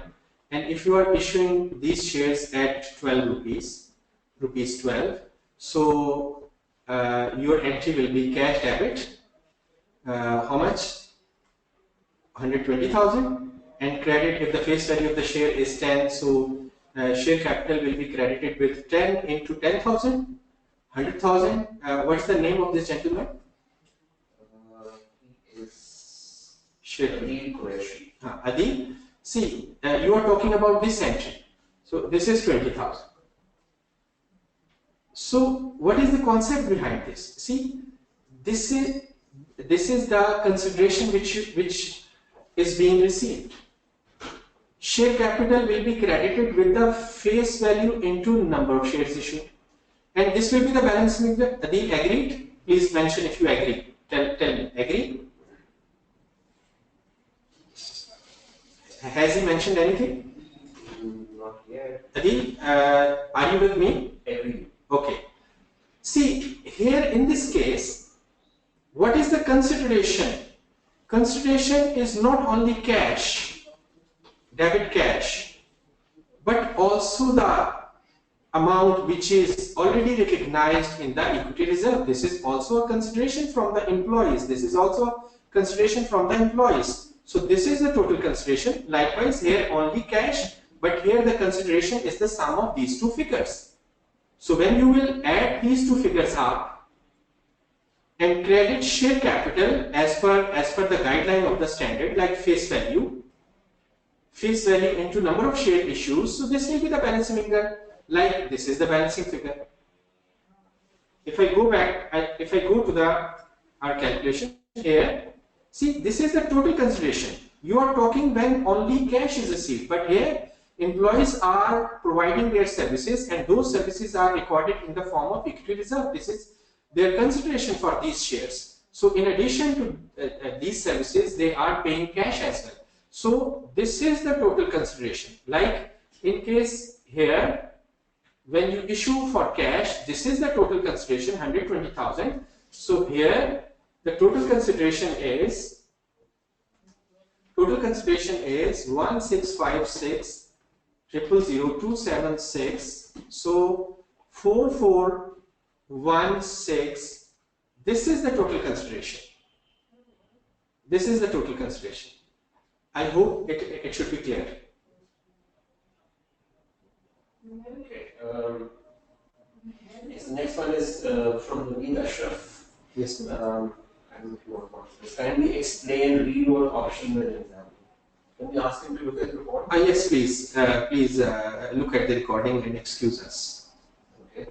Mohammad Mansoor Khan is asking the same question here. I think he's not clear. Says if shares are used at the exercise date, why it raised second option as no vesting conditions are attached to the new reload option? No, there could be vesting condition, but here, see, here what you need to remember.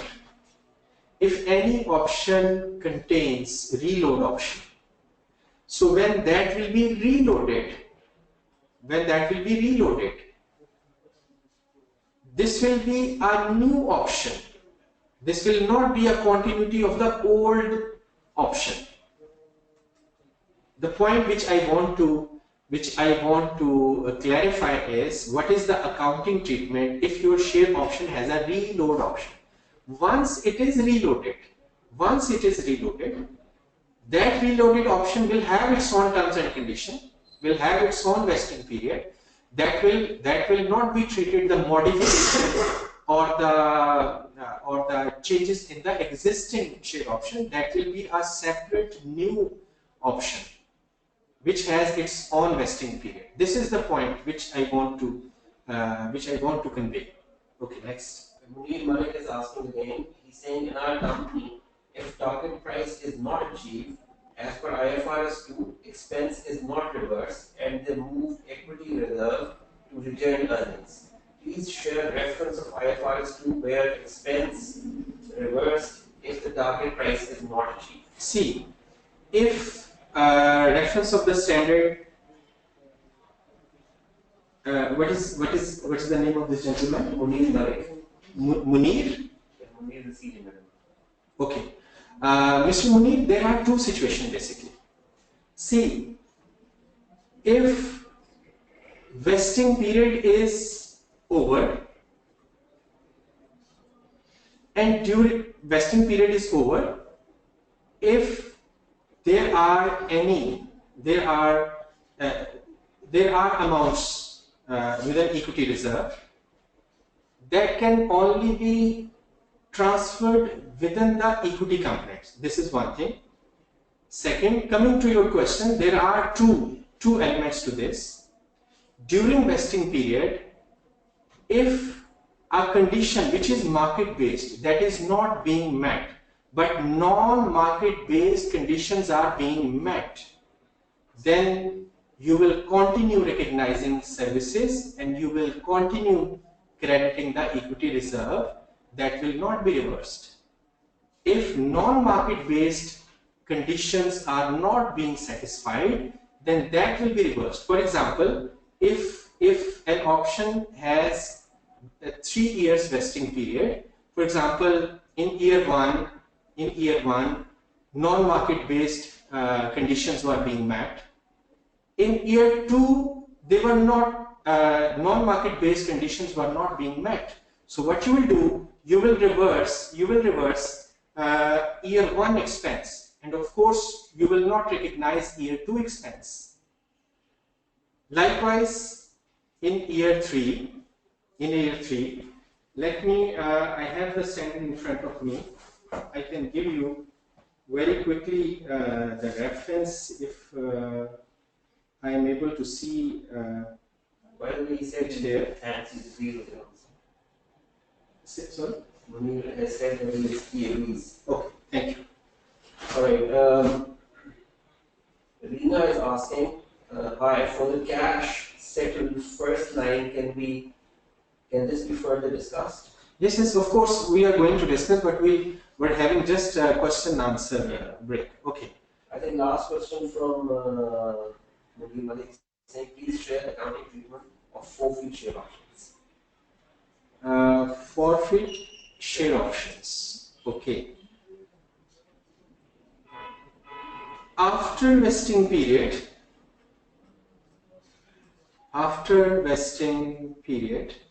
This is last question. okay, if this is last question, if the option is forfeited after the vesting period,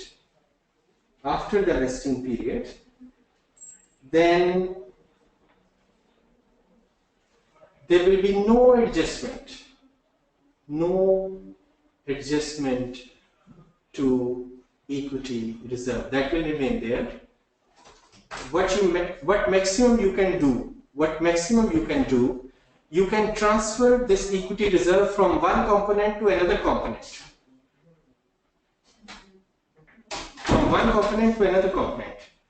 Is it clear now?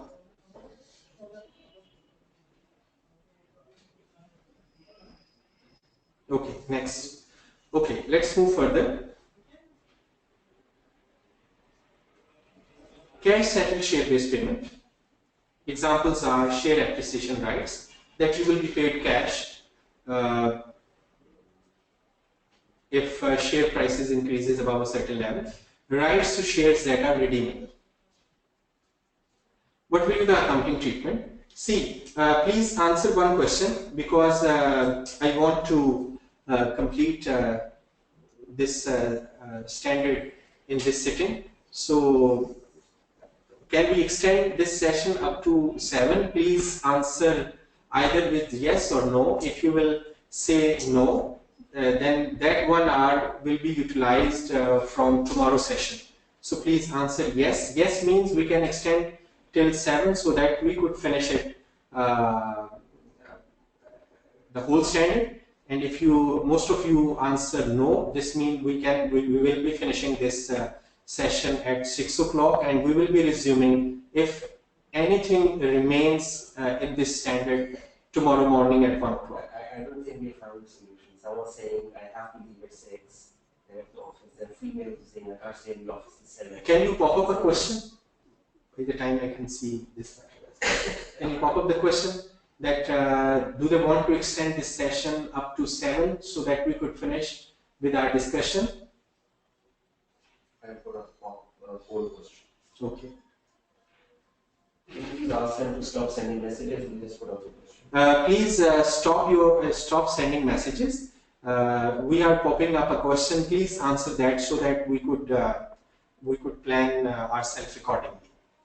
But I think if there are even a small number of members who are unable to attend, it will be unfair. Yes. And the problem tomorrow will be that I will be issuing the certificates on the basis of these 3 hours. If somebody attends an hour tomorrow as well, I will not be able to figure them out. That's going to be a bit of a problem. Anyway, so let's see.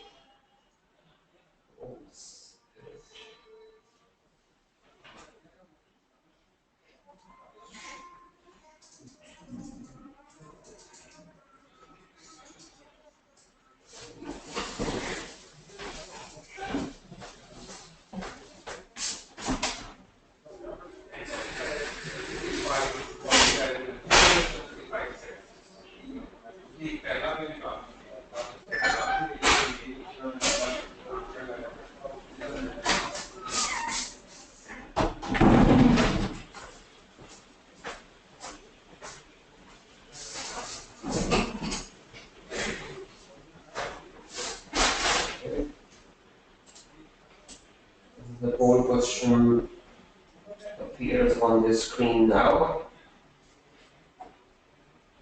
Okay, you have the poll question in front of you. Do you want to extend today's session for 1 hour? Say yes or no.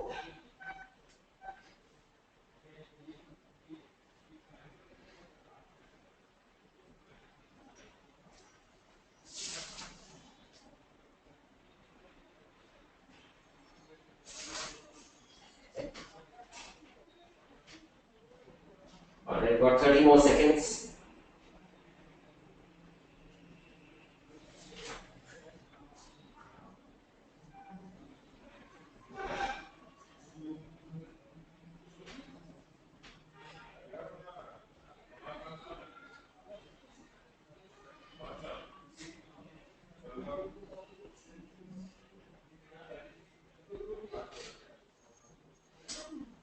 Alright,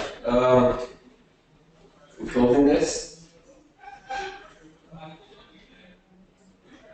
So the answer, the majority is Okay. So we'll go by 3% by 47%. Okay. Very close. We'll go by the majority, no problem. Okay, cash settled share-based payment. Initial measurement. Initial measurement, same as we used the debit, goods, services, expense as we used in case of equity settled. This debit is nothing to do with the equity settled or the cash settled. Credit instead of cash, because you will be paying cash after some time, so liability will be credited. Liability will be credited. So this will be the entry on initial measurement. Now the question is how to measure the X. The entity shall measure the goods or services acquired and the liability incurred at the fair value of the liability. Fair value of the liability, and so this will be the fair value of the liability. And subsequently this fair value will be remeasured at the end of each reporting period and at the date of the settlement. The difference between the fair value will be charged to the profit and loss. I repeat again, on initial measurement, when you receive goods or services or assets, so you will be debiting by an amount equal to the liability incurred, fair value of the liability incurred. But that fair value of the liability will be remeasured at the end of each reporting period and at the date when the liability is settled. Any difference between the fair values will be charged to the profit and loss account. We can understand this with the help of this example. For example, A Limited purchased raw material from B Limited on 20th January 2012. The amount to be paid in 31st December 2014 was determined as the value of 2500 shares of A Limited. 2500 shares of A Limited.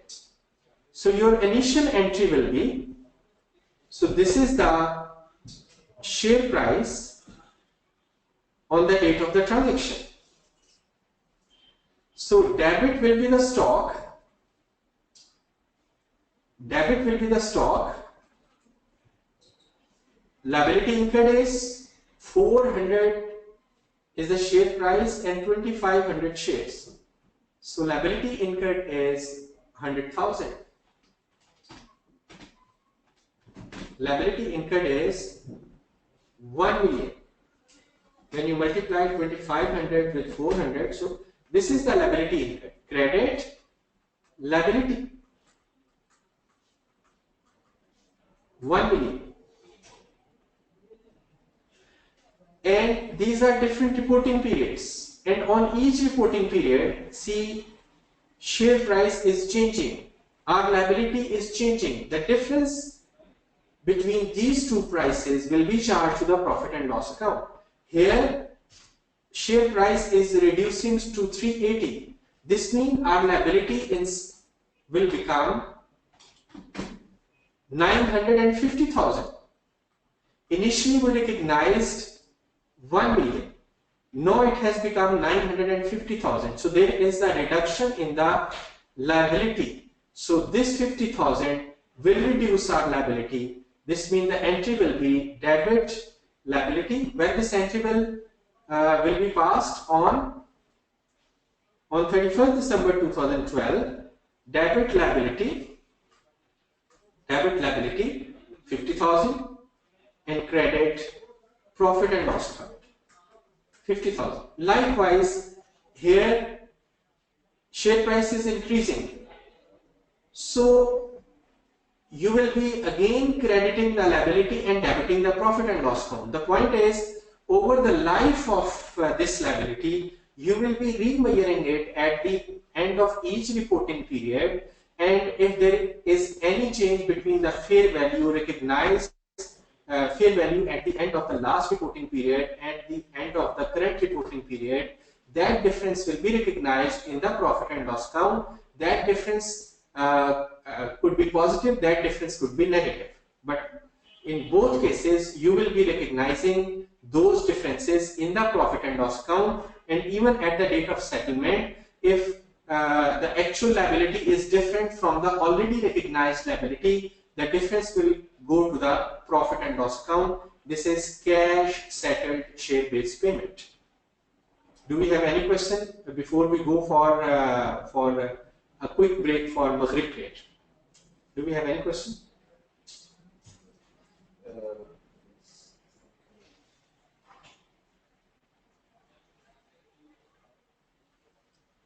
No. Okay, so we can have a quick break for Maghrib prayer, and then we continue with the cash settled and other concepts. Thank you.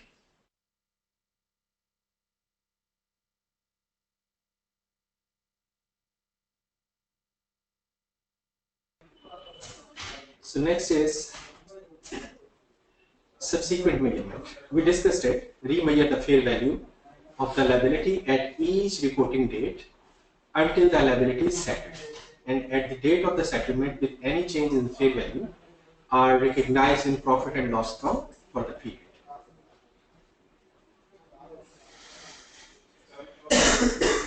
Illustration. You can look at the illustration for this, another illustration. Illustration for this is for cash settled share-based payment is this. You have seen this illustration. Like initially we recognized 1 million and liability 1 million, and thereafter on 31st December 2012 the liability was reduced. Liability was reduced because 400 was the share price on 20th January, and it was reduced to 380. So as a result, our liability, because our obligation, our liability was to pay cash equal to the price of the 2500 shares. So the share price is decreasing from 400 to 380. So as I explained earlier, so in 2013, again this is decreasing. Sorry, it is increasing from 380 to 390. So this will increase the liability by 25,000. So here you can see that the liability is increasing, and this is the profit and loss account is being debited. And in the last year, when you settled it, so this will give you. So this is the cash which you have paid based on the share price on the date of the settlement, and any difference, if any, will go to the profit and loss account.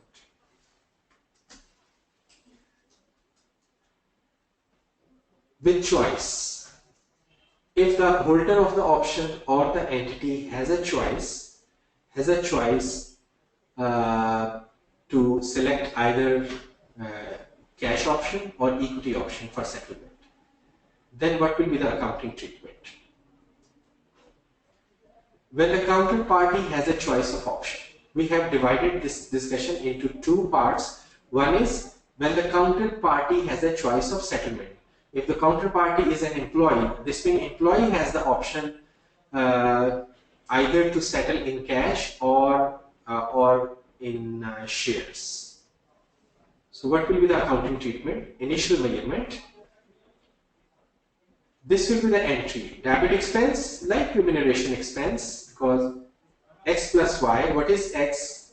Liability account and equity account. In fact, this has become like a compound instrument. We will be discussing International Accounting Standard 32, but we know that the concept there, when we issue a compound instrument, it has got two components. One, debt component, and other is equity component. The holder of that instrument has the option either to receive cash or to receive shares.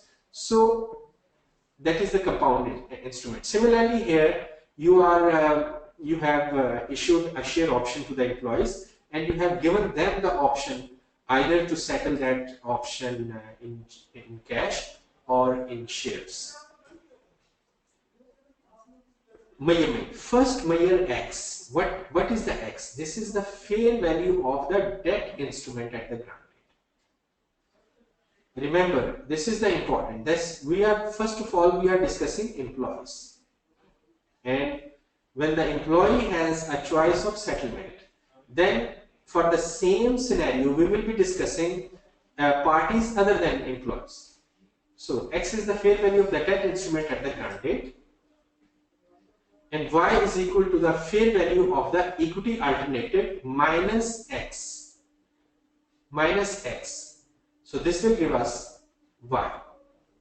So this is fair value of the equity alternative minus X. If equity alternative is equal to the debt instrument, so this means Y will become 0. So if it is higher than the debt instrument, this will give us the equity alternative. Illustration. Let's go to the illustration number 6. Illustration number 6 is, let's go to the illustration number 6.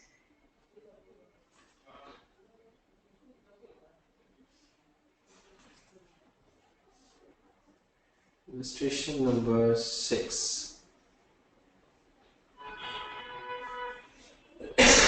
This is the illustration number 6.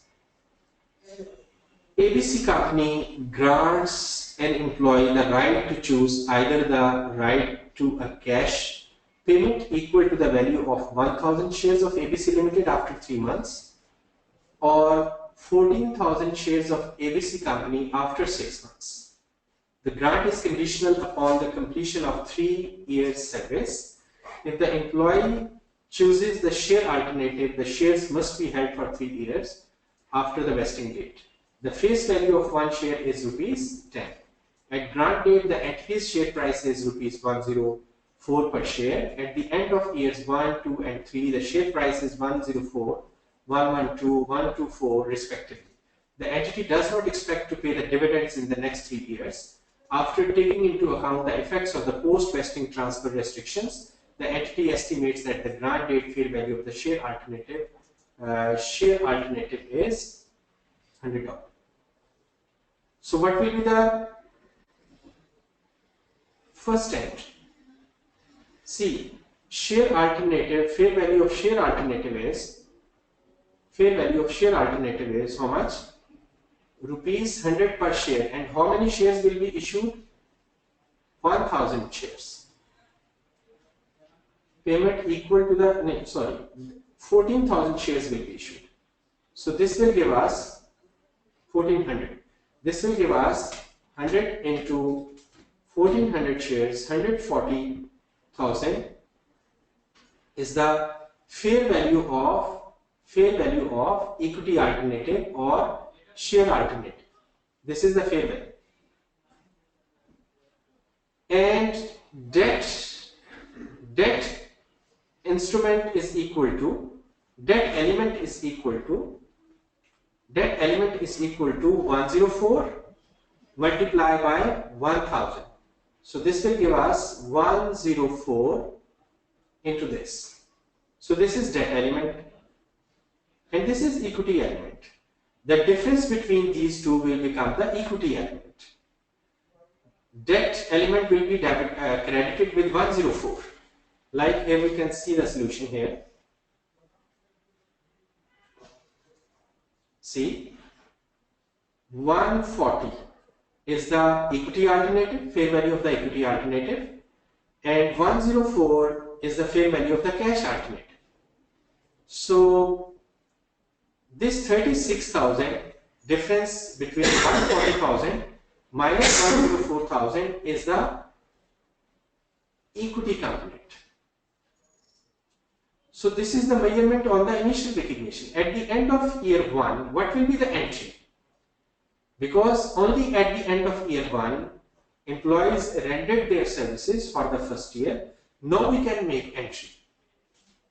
See, for liability component 104 divided by 3. Why? Because at the end of year 1, 104 is the price divided by 3, because this will vest over 3-year period. So this gives us 34,667.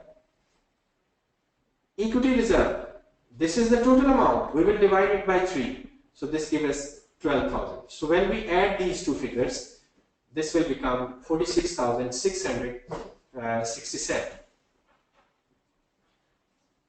Then in year 2, the same way, like liability account, but what we will do, we will see what is the fair value of what is the share price at the end of year 2. This is 112. This means the liability is increased, because under cash alternative you will be paying cash equal to the value of the 1000 share. Now this value has gone up from 104 to 112. So this increase, so this means you will be recalculating the liability and dividing it by 2 by 3 and deducting it from the first year liability. Likewise, like here, see, these are the 1000 shares. Now their price has gone to 112 into 2 by 3 minus, this is first year expense. So this will give us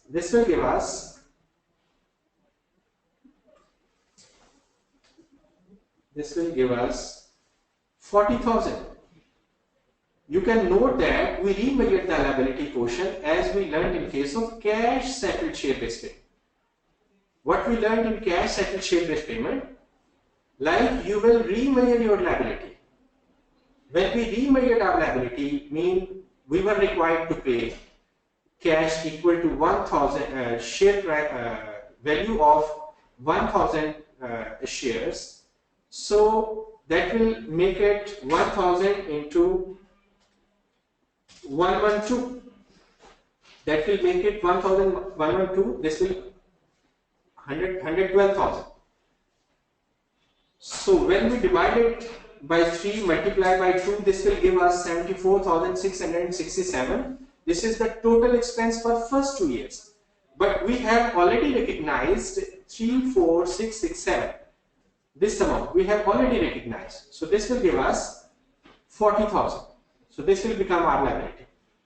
So because equity, in case of equity, we learned equity settled share-based payment, fair value will not be remeasured. So that will remain the same based on the calculation we made at the grant date, which is 36,000. We will keep on dividing it by 3 in order to calculate each year equity reserve credit.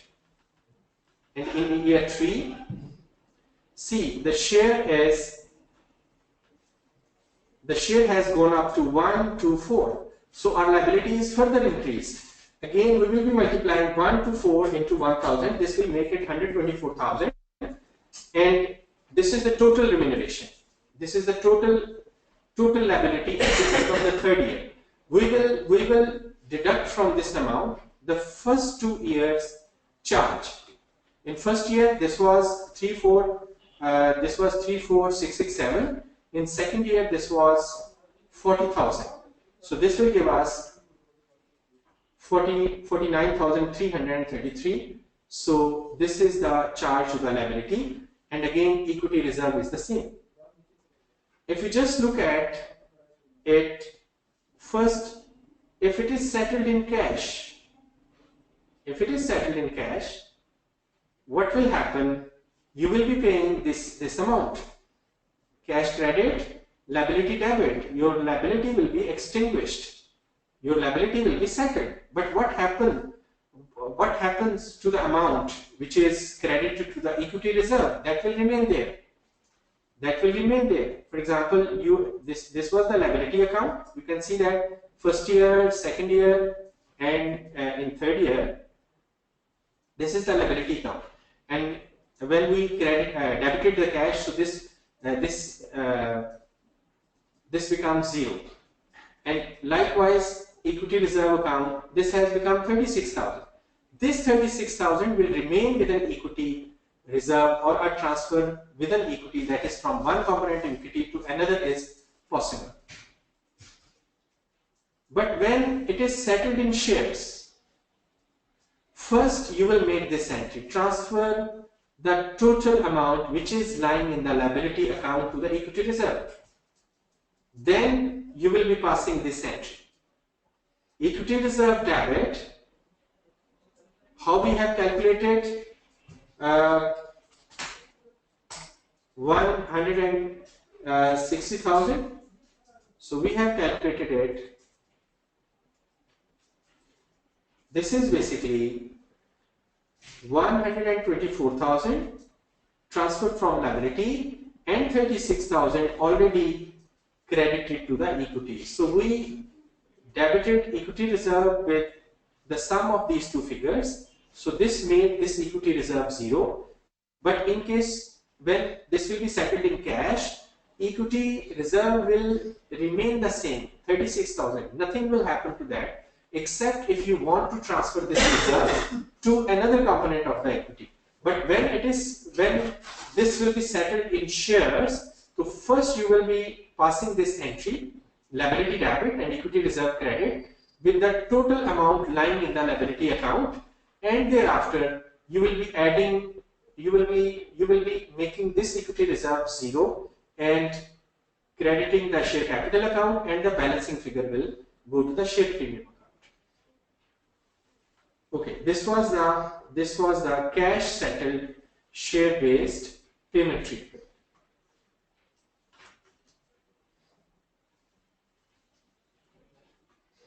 Okay, now move further. If you're going to the next illustration, can I ask a few more questions? Just a couple of minutes. Okay. I don't want to get these video. Okay.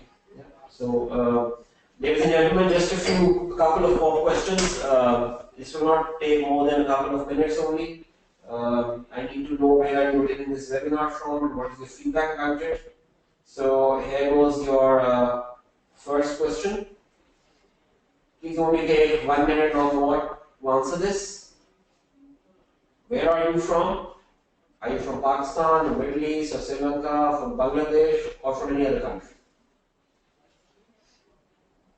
Can you please very quickly select the right option and submit? We don't have much time.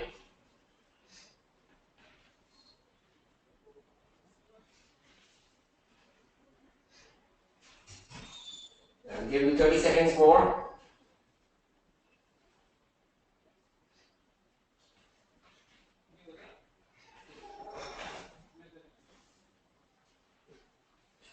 Hurry up, please. You only 35% who have answered. Can you very quickly select your country of residence?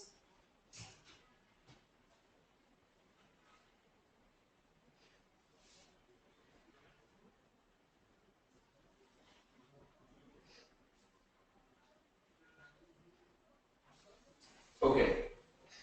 So very quickly share the results with you. There are 55% Pakistan, 36% Middle East, and 4% others. And before we go further, I want to have your feedback about this session. So what is your feedback? Do you find this session excellent, very useful, or are you indifferent, or you think this was not so good, or you think you've seen better webinars?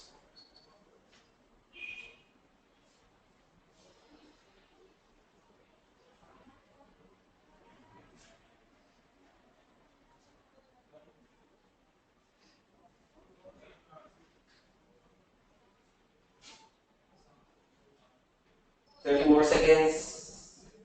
Quickly give your feedback.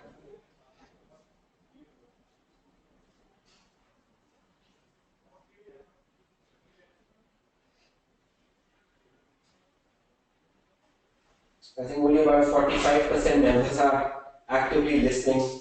Others are probably somewhere else right now. Alright. There you go, your 1 minute is over. And let me share the results. I think 68% are saying this was very useful. 27% saying this was excellent. 3% indifferent, and there are only about 2 people who are saying they've seen better webinars. And this is good feedback. Those who have seen better webinars or indifferent, please share your feedback. If there are any improvements that we can make, we will definitely be happy to do so. Thank you very much. Let's continue. Okay. So we have just discussed initial measurement related to employees. Now we will be discussing parties other than employees. Same situation, that parties other than employees has a choice of settlement. The entry will be the same, but how will we determine this x and y is different. See, x plus y, we will be starting from here. In case of employees, we were starting from here and here. And this is only you can say that the addition of these two amounts. This was only the addition of these two amounts. Now we are starting from here. This will be the fair value. Forget about x plus y, but this is the fair value of the goods or services received on the date of receipt. On the date of receipt. First measure the fair value of x. Y is the residual value. Y is the residual value. Okay, let's understand. And subsequently, we will understand with the help of an illustration. Illustration number 7. On 31st May, an entity purchased property for 16 million. 16 million. The supplier has agreed to accept payment for property. Payment for the property either in cash or in shares. The supplier can either choose 3 million shares of the company to be issued in 6 months' time or to receive cash payment in 3 months' time, equivalent to the market value of the 2.6 million shares. It is estimated that the share price will be rupees 7 in 3 months' time and rupees 8 in 6 months' time. The share price of the entity at 31st May 2016 is $6 per share. Required. Discuss with suitable computations how the above share-based transaction should be accounted for in the financial statement of the entity for the year ended 31st May 2016. See, here are the calculations. The fair value of the equity element is 2.6 into 6. This will give us 15.6. What is the fair value of the property? This was 16 million. We started from here. We debited the property, plant and equipment with 16 million. Then we determined the fair value of the debt element, So this was the debt element, 2.6 million shares. 2.6 million shares. At the grant date, the value of each share was 6. So this will give us the debt element within this compound instrument. So liability will be debited with this element and 0.4 million will be the balancing figure. If in 3 months' time, the debt component is remeasured to its fair value, assuming the estimate of the future share price was correct at 7, the liability at that date will be 2.6 into 7, 18.2 million. So your liability will increase. So this increase will affect the profit and loss account. So your entry will be increase in liability being a difference between 15.6 and 18.2 of 2.6 million and expense debited with 2.6 million. So this is the treatment in case of parties other than employees.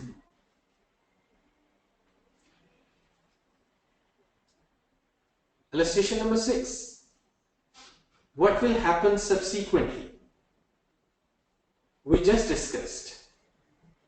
At the date of settlement, the entity shall remeasure the liability at its fair value.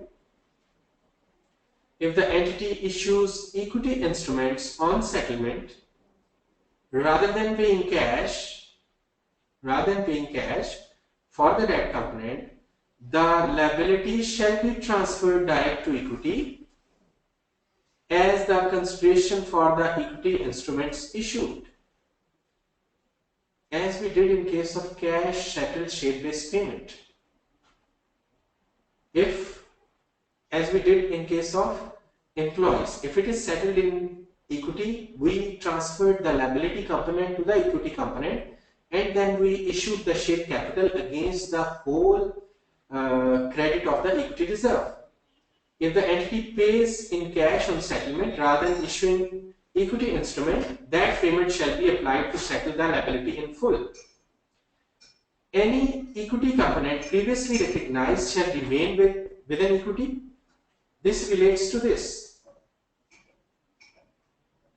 If the entity pays in cash on settlement rather than issuing equity instruments, that payment shall be applied to settle the liability in full. An equity component previously recognized shall remain within equity. A transfer within equity from one component of equity to another component is possible.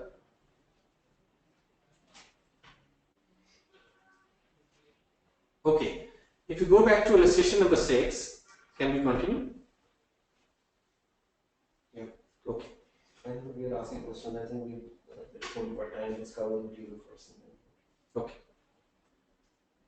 Illustration number 6. See, we have seen here how it will be settled.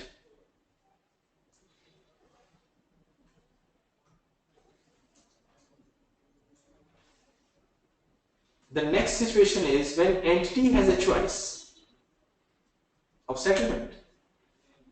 The entity shall determine whether it has a present obligation to settle in cash. If it has a present obligation to settle in cash, it shall account for the transaction in accordance with the requirements applying to the cash settled share-based payment transactions. When the entity will have present obligation, the entity has a present obligation to settle in cash if the choice of settlement in equity instrument has no commercial substance, for example, because the entity is legally prohibited from issuing shares, or the entity has a past practice or a stated policy of settling in cash, or generally settles in cash whenever the counterparty asks for the cash settlement. If these conditions are there, so this will be taken as if the company has a present obligation. If the company has a present obligation, then treat this share-based payment as cash settled share-based payment. If this is not the situation, then treat it as a equity settled share-based payment. This means where the entity has a choice, either you will be treating that transaction as a cash settled share-based transaction or a equity settled share-based payment transaction. Upon settlement, what will happen? Now we are talking about the equity settled. We know what happened when cash settled share-based payment is settled. If the entity elects to settle in cash, though you were treating it as an equity settled share-based payment, the cash payment shall be accounted for as a repurchase of an equity instrument, as a deduction from the equity. If the entity elects to settle by issuing equity instrument, no further accounting is required other than a transfer from one component of equity to another. If the entity elects to settle the alternative with a higher fair value, as at the date of the settlement, the entity shall recognize an additional expense for the excess value given. The excess value is the difference between the cash paid and the fair value of the equity instrument that would otherwise have been issued, or the difference between the fair value of the equity instruments issued and the amount of cash that would otherwise have been paid, whichever is applicable. So this is the treatment upon settlement.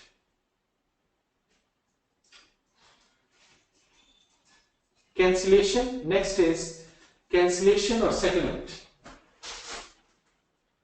In case of cancellation or settlement, accelerate the vesting.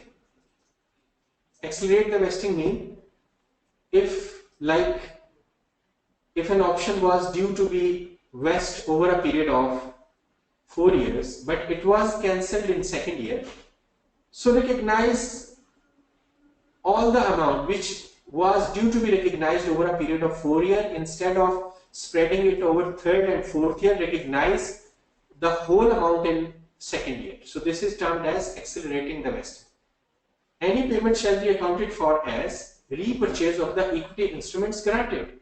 On cancellation, simply debit your equity and credit cash, and any excess shall be recognized as an expense. Remeasure the liability at settlement date and account for extinguishment of the liability. On cancellation or settlement, same treatment.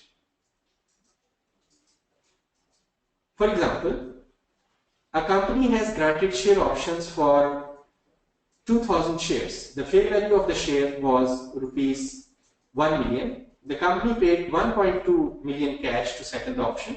Earlier, an amount would have been credited to the equity. On payment, an amount of 1 million is debited to the equity, and the balance of 200,000 is treated as an employee-related expense. Effectively, 1.2 million would be charged to the employee expense. Modifications. The incremental fair value, if there is a modification in your scheme, the incremental fair value granted, if any, recognized over the period from the modification date until the date when the modified equity instrument vests. And the above amount is in addition to the amount based on the grant date fair value of the original equity instrument, which is recognized over the remainder of the original vesting period. We can understand this with the help of an example.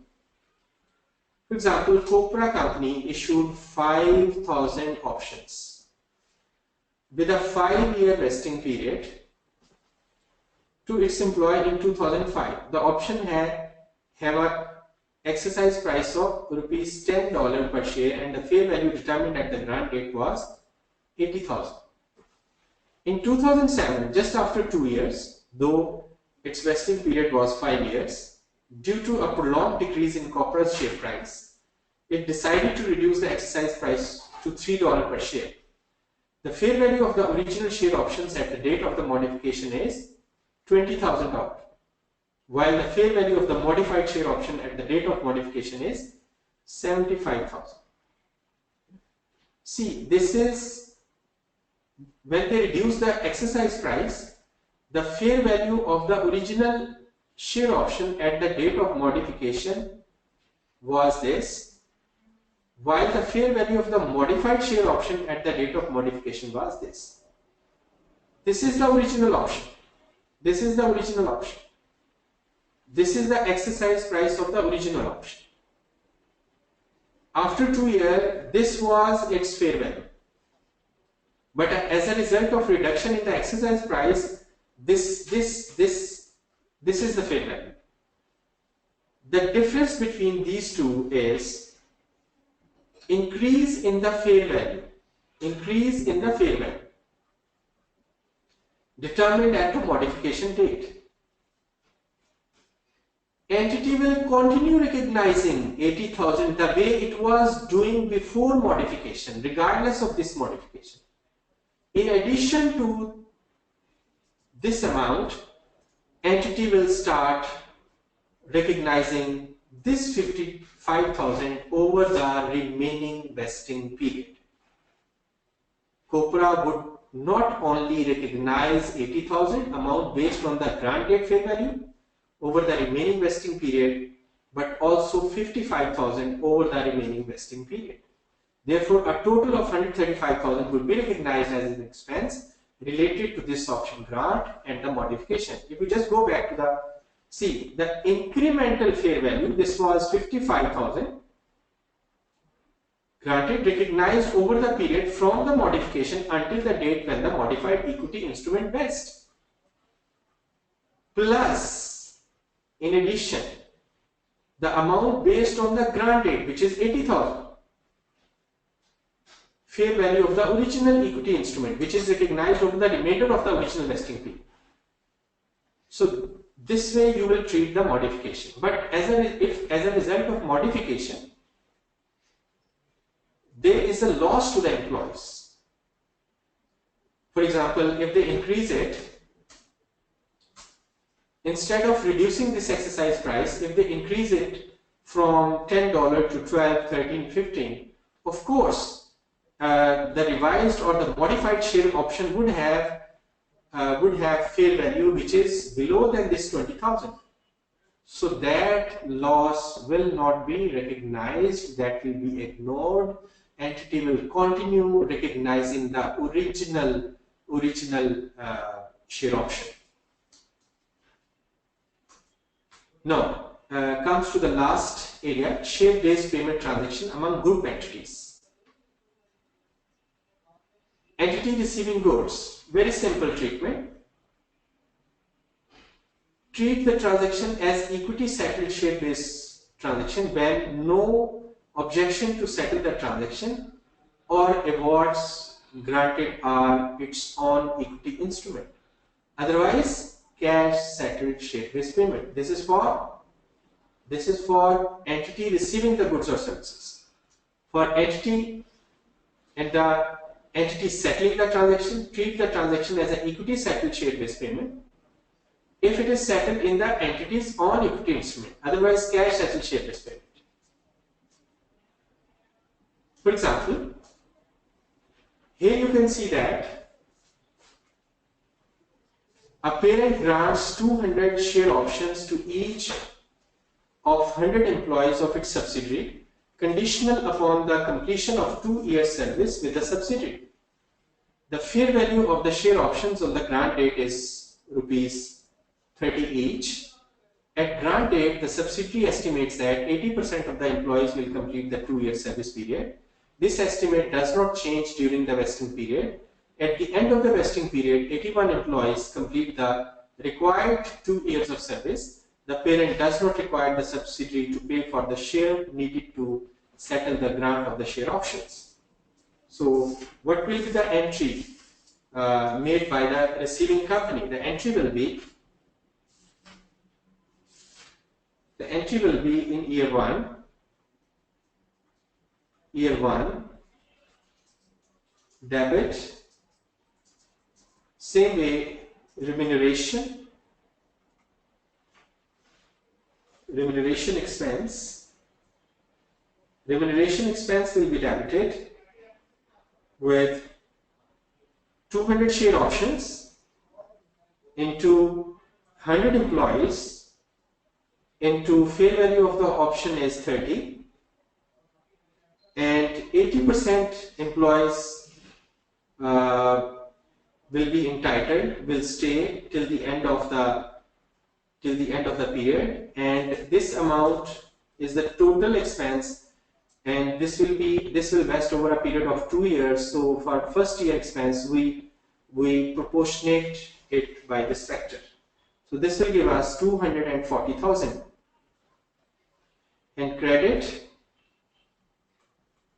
to equity 240,000 because parent does not require the subsidiary to pay for the share needed to settle the grant of the share options. So this will be treated as a equity settled share based payment. So this is contribution, credit equity contribution from parent. And in year 2,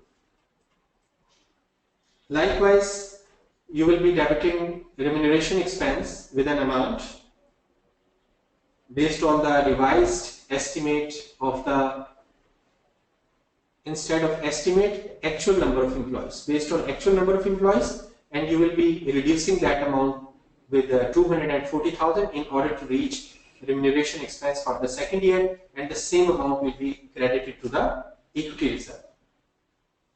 Thank you. Anyway, we tried to complete it. Do we have any questions? I think one question, and I don't think we have more than 20 questions. Let's make an announcement, those who have to leave, because I'm sure people will be waiting for leaving. Some were asking me that they should leave for sure. One question from Fateh Muhammad saying, would you please explain the impact on the incremental fair value if the fair value increased from $10 to $13? See, if fair value increased from $10 to $13, so the impact will be the fair value of your original share option will decrease instead of increasing. Here, what is happening? See, currently, if we go back to the illustration, currently what is happening, let me erase see what is happening as a result of this decrease from 10 to 13, the fair value is increasing. This is the fair value at the modification date of this original option. So because of the reduction in the exercise price, this is increasing. But if exercise price is modified to 13, so instead of increasing from 20,000, this will become a figure which is lower than 20,000. Say if it is, say, just to make you understand, 8,000. So the difference between this amount and this amount is 12,000. So this is decrease in fair value. Standards say ignore this, continue recognizing 80,000. Fateh, I hope you are clear. I think that's about it. We don't have any further questions. People are asking if they get marked notes. We'll just circulate the marked notes after this session and the certificates by tomorrow. And the video recording of this session will also be uploaded by tomorrow. If you have any questions to ask, and I'm sure there are not too many, Mr. Abu Bakr can share his email address with all of you, so you can approach him. My email address is, I can write it here.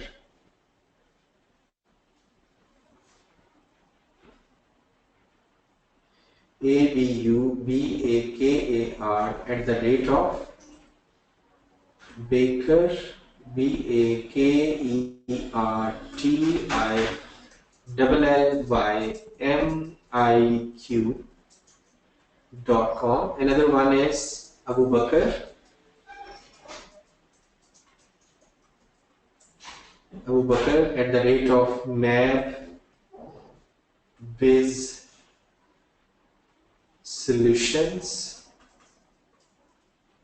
mapbizsolutions.com. So you can send your answer by using either of these two emails.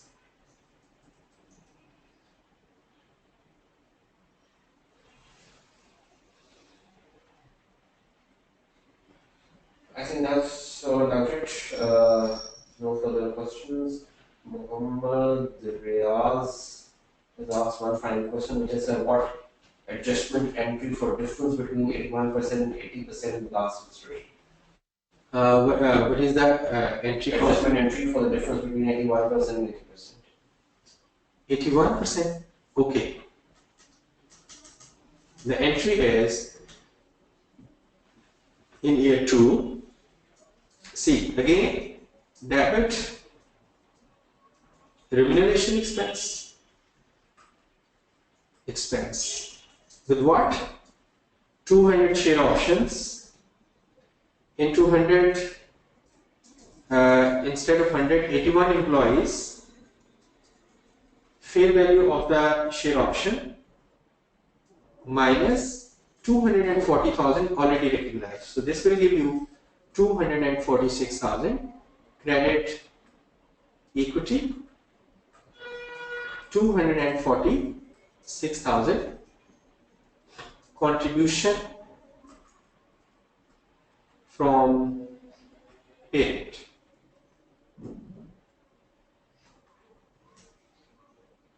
So this will be the second entry. That's it. That's it. All right. I think we can do the closing, and let's see them tomorrow. Tomorrow the session begins at 1 and ends at 5 o'clock.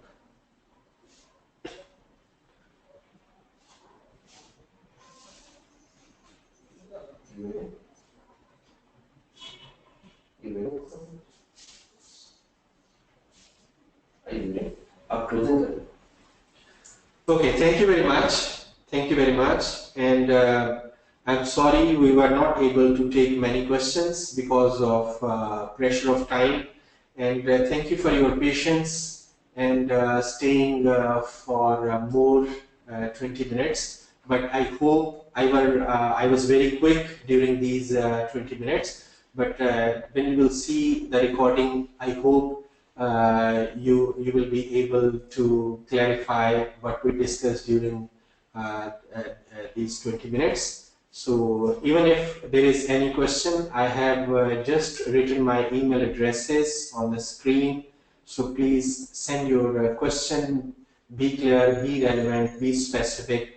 Then I'll try to answer those questions as early as possible. I normally manage those questions on and off basis. I mean, whenever I have time, I try to answer those questions. So please be patient while waiting for the answer of your question. And thank you very much for attending this session. Over to Mr. Harun. No, I think that's about it. Thank you very much. Thank you for your patience, and see you tomorrow.